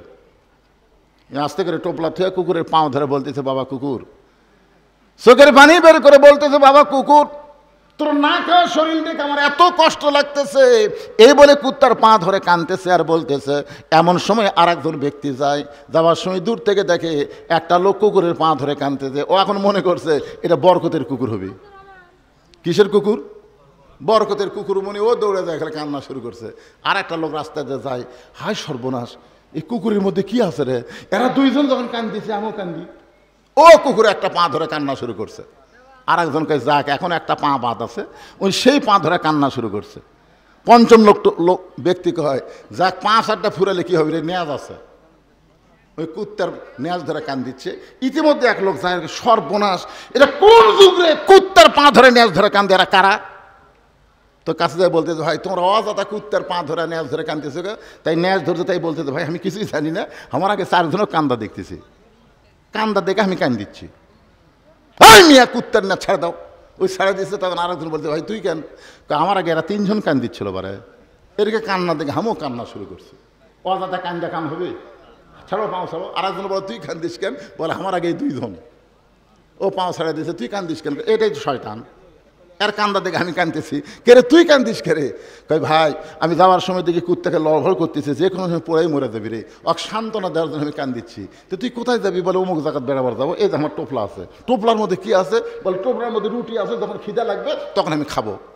তো রুটি আছে টোপলার মধ্যে, 2টা রুটি বার করে কুত্তা দিলেই তো কুত্তার এই ক্ষুধা থেকে কুত্তা বাঁচা যায়। তখন বলতে ভাই কান্দা বড় সহজ রে, কিন্তু টোপলা খোলা খুবই কঠিন। আজকে আমাদের বাংলাদেশে ওয়াজ শোনা খুবই সহজ, কিন্তু আল্লাহর ঘরে 2 টাকা দেওয়া খুবই কঠিন। জোরে কোন কথা ঠিক না? এই কুত্তার মতোই কি করবে? আরো 1 ঘন্টা ওয়াজ করি কোন হুজুর সেই ওয়াজ। আর যেই কোন আল্লাহর ঘরে জন্য লাভ দিয়ে উঠছে। যে কয়টা লোক লাভ দিয়ে উঠে গেলেন কি বুঝলেন আপনারা? বাইজিদ বোস্তামি তাকায় দেখে মেয়েটা সাইদা গুজদা বাদ দিয়ে মাথায় ঘোমটা দিয়া বাইজিদ বোস্তামের পিছনে বসে গেছে। বাইজিদ বোস্তাম আল্লাহর কোরআন তেলাওয়াত করতে করতে এক ফাঁকে বললেন, মা তুমি এমন ভাই ঘোমটা দিয়ে আমার পিছনে বসলে কারণ কি? মেয়েটা বলতেছে, আল্লাহর ওলি আমি আপনাকে জানি না চিনি না, কিন্তু আমি বিশ্বাস করেছি আপনি একজন ভালো মানুষ। ভালো মানুষ যদি না হয় তাহলে 24 ঘন্টার বুকিং দিয়ে আপনি ঘরের মধ্যে ঢুকলেন। ঘরের মধ্যে ঢোকার পরে আপনি জায়নামাজ বিছে আমার জন্য দোয়া করলেন। এরপর আপনি কোরআন তেলাওয়াত করতেছেন। আপনার কোরআন তেলাওয়াত শুনে আমি আর ধৈর্য ধারণ করতে পারি না, কারণ ওয়াইজা তুলিয়াত আলাইহিম আয়াতুহু জাদাতুহুম ঈমানান। কোরআন এমন একটা পাওয়ার যেইটার তেলাওয়াতে মানুষের ঈমান আল্লাহ বাড়ায়া দেয়। আপনি তো জানেন না আল্লাহর ওলি, আপনি জানেন আমার নানি হলো পতিতা, আমার মাও পতিতা। আমি সেই ঘর থেকে পতিতা দেহ ব্যবসা করি। আমি যতই চেষ্টা করি আল্লাহকে আমাকে ভালো করবে। বাইজিদ বসতে বললেন, মা আল্লাহ পাপকে ঘৃণা করে, কিন্তু আল্লাহ পাপীকে ঘৃণা করে না। পাপী যদি তওবা করে ভালো পথে ফিরে আসে তাহলে আল্লাহ তার অতীত জীবনের সমস্ত গুনাহ মাফ করে দেয়। মেয়েটা বলতেছে, তাহলে আপনি আমারে তওবা করান। বাইজিদ বুস্তামি তওবা পড়াচ্ছেন মেয়েটাকে, আস্তাগফিরুল্লাহাল্লাযী লা ইলাহা ইল্লা হুয়াল হাইয়ুল কাইয়্যুম আশহাদু আল্লা ইলাহা ইল্লাল্লাহু ওয়াহদাহু লা শারীকা লা ওয়া আশহাদু আন্না মুহাম্মাদান আবদুহু ওয়া রাসূলুহু। বাইজিদ বুস্তামি তওবা করানোর পরে কলেমা শাহাদাত যখন পড়ালেন, তাকায় দেখে মেয়েটা আর ঘরের মধ্যে নাই। ঘর থেকে ব্যাক ডোর দিয়ে পিছনের দরজা দিয়ে মেয়েটা বের হয়ে গেছে। কিছুক্ষণ পরে যুবকেরা মুরব্বীদের নিয়ে ঘরের দরজায় হাজির। সমস্ত মুরব্বী বলতেছে আল্লাহর ওলি বলে সমাজের মধ্যে পরিচয় দেয়, আর সে আল্লাহর ওলি একটা পতিতার ঘরে ঢুকছে। আজকে আমরা বাইজিদকে ওই খারাপ মেয়ের সঙ্গে বিয়ে দিব। সমস্ত মানুষ যখন দরজায় মিছিল করতেছে, বাইজিদ তুমি বের হও, ওই খারাপ মেয়ের সঙ্গে তোমাকে আমরা বিয়ে দিব, সবাই যখন চিল্লাচিল্লি করতেছে, এমন সময় বাইজিদ বোস্তামি ওই পতিতার ঘরের দরজা খুলে ফেলেছে। যেই দরজা খুলেছে, 3-4টা যুবক ঘরের মধ্যে ঢুকে দেখে ঘরের মধ্যে পতিতার কোনো গন্ধ নাই, মিশকাম্বরের সুগন্ধ সুবাসিত হচ্ছে। যুবকেরা বলে, নাই রে, এ নাই রে, ঘরের মধ্যে নাই রে। তো ঘরের মধ্যে কি দেখলা? বলে ঘরের মধ্যে জায়নামাজ, আল্লাহর কোরআন। জোরে কান সুবহানাল্লাহ। যেই ঘরের মধ্যে আল্লাহর কোরআনের আলো জ্বলে, সেই ঘরে কোনোদিন অন্ধকার থাকতে পারে? সমস্ত মুরব্বী বাইজিদকে বললেন, হুজুর তাহলে মেয়েটা কোথায় গেল? মেয়েটা তাহলে গেল কোথায়? বাইজিদ বললেন, মেয়েটা হেদায়েতের আলো নিয়ে আল্লাহর পথে তওবা করে ফিরে এসে চলে গেছে বাতিল অন্ধকার ছেড়ে। জোরে কান সুবহানাল্লাহ। বাইজিদ বোস্তামি চলে আসলেন দরবারে। মুরিদরা কয়, হুজুর খবর কি? তোরকে মতো নাউজুবিল্লাহর মুরিদ আমার দরকার নেই, যা। আজকে বাংলাদেশে নাউজুবিল্লাহ বেশি, খাড়া হয়ে পেশাব করতেছে, উঠে কিছু না খেয়ে ওই মসজিদের বারান্দায় বলতেছে, অমুকের বেটা দাঁড়ায় পেশাব করে, নাউজুবিল্লাহ নাউজুবিল্লাহ। আর একটা মুরব্বী কয়, ঠিকই তো তাই, নাউজুবিল্লাহ নাউজুবিল্লাহ, যাই শোনে নাউজুবিল্লাহ। আপনি 100 মুনসুল্লি যদি নাউজুবিল্লাহ কন, অক বসাবার পারবেন? কনক বসার পারেন? অক বসাবার গেলে কি করা লাগবে? মসজিদের বারান্দাত গেলে হবে না ভাই, ওরই পাশে যাওয়া লাগবে। বিড়াল যেমন ইন্দুর ধরবার চাই, চুপ চুপ চুপ চুপ করে যাওয়ার পিছনে যায়, নাউজুবিল্লাহ। ওই এত দূরে সেন্ট টানবি, চামড়া আটকে যাবি। তোর এখন কথা ঠিক না, জাগা মতো বাদ দেওয়া লাগবে। আল্লাহ তাআলা আমাদেরকে বুঝ মোতাবেক আমল করার তৌফিক দান করুক। সকলে বলে আল্লাহুম্মা আমিন। আল্লাহুম্মা সাল্লি আলা মুহাম্মদ, আল্লাহুম্মা বারিক আলা মুহাম্মদ। সকলে পড়ে আল্লাহুম্মা সাল্লি আলা মুহাম্মদ, আল্লাহুম্মা বারিক আলা মুহাম্মদ, আল্লাহুম্মা আমিন। আল্লাহুম্মা আনতাস সালাম ওয়া মিনকাস সালাম, তাবারাকতা ইয়া যাল জালালি ওয়াল ইকরাম। আয় আল্লাহ তাআলা, তোমার বান্দারা কত কষ্ট করে এই গরমের ভিতরে আরামের বাড়ি, ফ্যানের বাতাস বাদ দিয়া দীর্ঘ সময় পর্যন্ত তোমার কোরআনের আলোচনা শোনার শেষে আমি গুনাহগারের সঙ্গে রহমতের দরজায় ফকির হয়ে দোকানা হাত তুলেছি। মেহেরবানি করে আজকের মাহফিল আমাদের সকলের হেদায়েতের জন্যে, নাজাতের জন্যে, জান্নাতের জন্যে আল্লাহ কবুল করে নাও। এই মাহফিলের শুরু থেকে শেষ পর্যন্ত যত আলোচনা হয়েছে আল্লাহ, এর মধ্যে যদি ত্রুটি হয়, ভুল হয়, মাফ করে দাও। এর যা হাদিয়া মঞ্জুর করো, সোনার মদিনায় নবী পাকের রওজা মোবারকে আল্লাহ কবুল করে নাও। তামাম আম্বিয়াই কেরাম, আসহাবে কেরাম, উম্মাহাতুল মুমিনিন, শহীদ শহীদান, জান্নাতুল বাকি, জান্নাতুল মাসহ পৃথিবীর যত গোরস্থানে যত মুর্দা শুয়ে আছে আল্লাহ, সকলের কবরকে জান্নাতের টুকরা কবুল করে নাও। আল্লাহ আমরা যারা হাত তুলেছি, আমাদের জনম দুঃখনী মা যাদের কবরে চলে গেছে, বাবা দরদের যাদের কবরের ঘরে ঘুমায়, আল্লাহ বাপ মার কবরকে জান্নাতের টুকরা বানিয়ে দাও। আল্লাহ শৌলার যুবকেরা কষ্ট করে মেহনত করে আজকের জান্নাতের বাগান লাগাইছে। আমাকে বলেছে, হুজুর আমাদের গ্রামের অনেক ছেলেরা প্রবাসে থাকে, সেখান থেকে টাকা পয়সা দিয়েছে মাহফিলের জন্যে। আয় আল্লাহ তাআলা, গ্রামের যত যুবক আছে, প্রবাসে যারা আছে, আল্লাহ সকলকে আজকের মাহফিলের খাতিরে মাফ করে দিয়া সকলকে আল্লাহ তুমি কবুল করে নাও। যুবকদের জন্য আপনারা প্রাণ খোলা দোয়া করেন, আল্লাহ প্রত্যেকটা যুবককে যেন 5 ওয়াক্ত নামাজি হিসাবে কবুল করে নেয়। সকলে বলে আল্লাহুম্মা আমিন। আমরা মা বোনদের যদি দোয়া করবো, আল্লাহ আমার মা বোনদেরকে আবেদা সালেহা পর্দানিশী কবুল করে মা ফাতেমার চরিত্র দান করে দে। আজকের মাহফিলের সম্মানিত সভাপতি, সহসভাপতি, আজকের মাহফিলের অতিথিবৃন্দ, আমন্ত্রিত অতিথি, বিশেষ অতিথি, আল্লাহ সকলকে কবুল করো। হাদিস সাহেবদের আল্লাহ তুমি কবুল করো, মুরব্বীদেরকে আল্লাহ তুমি কবুল করো, আলেম ওলামাদের আল্লাহ তুমি কবুল করো, যুবকদেরকে আল্লাহ তুমি কবুল করো। কচি কাঁচা বাচ্চারা সামনে বসে দীর্ঘ সময় ওয়াজ শুনেছে, আল্লাহ তাদের সকলকেই আল্লাহ তুমি কবুল করে নাও। আল্লাহ আমি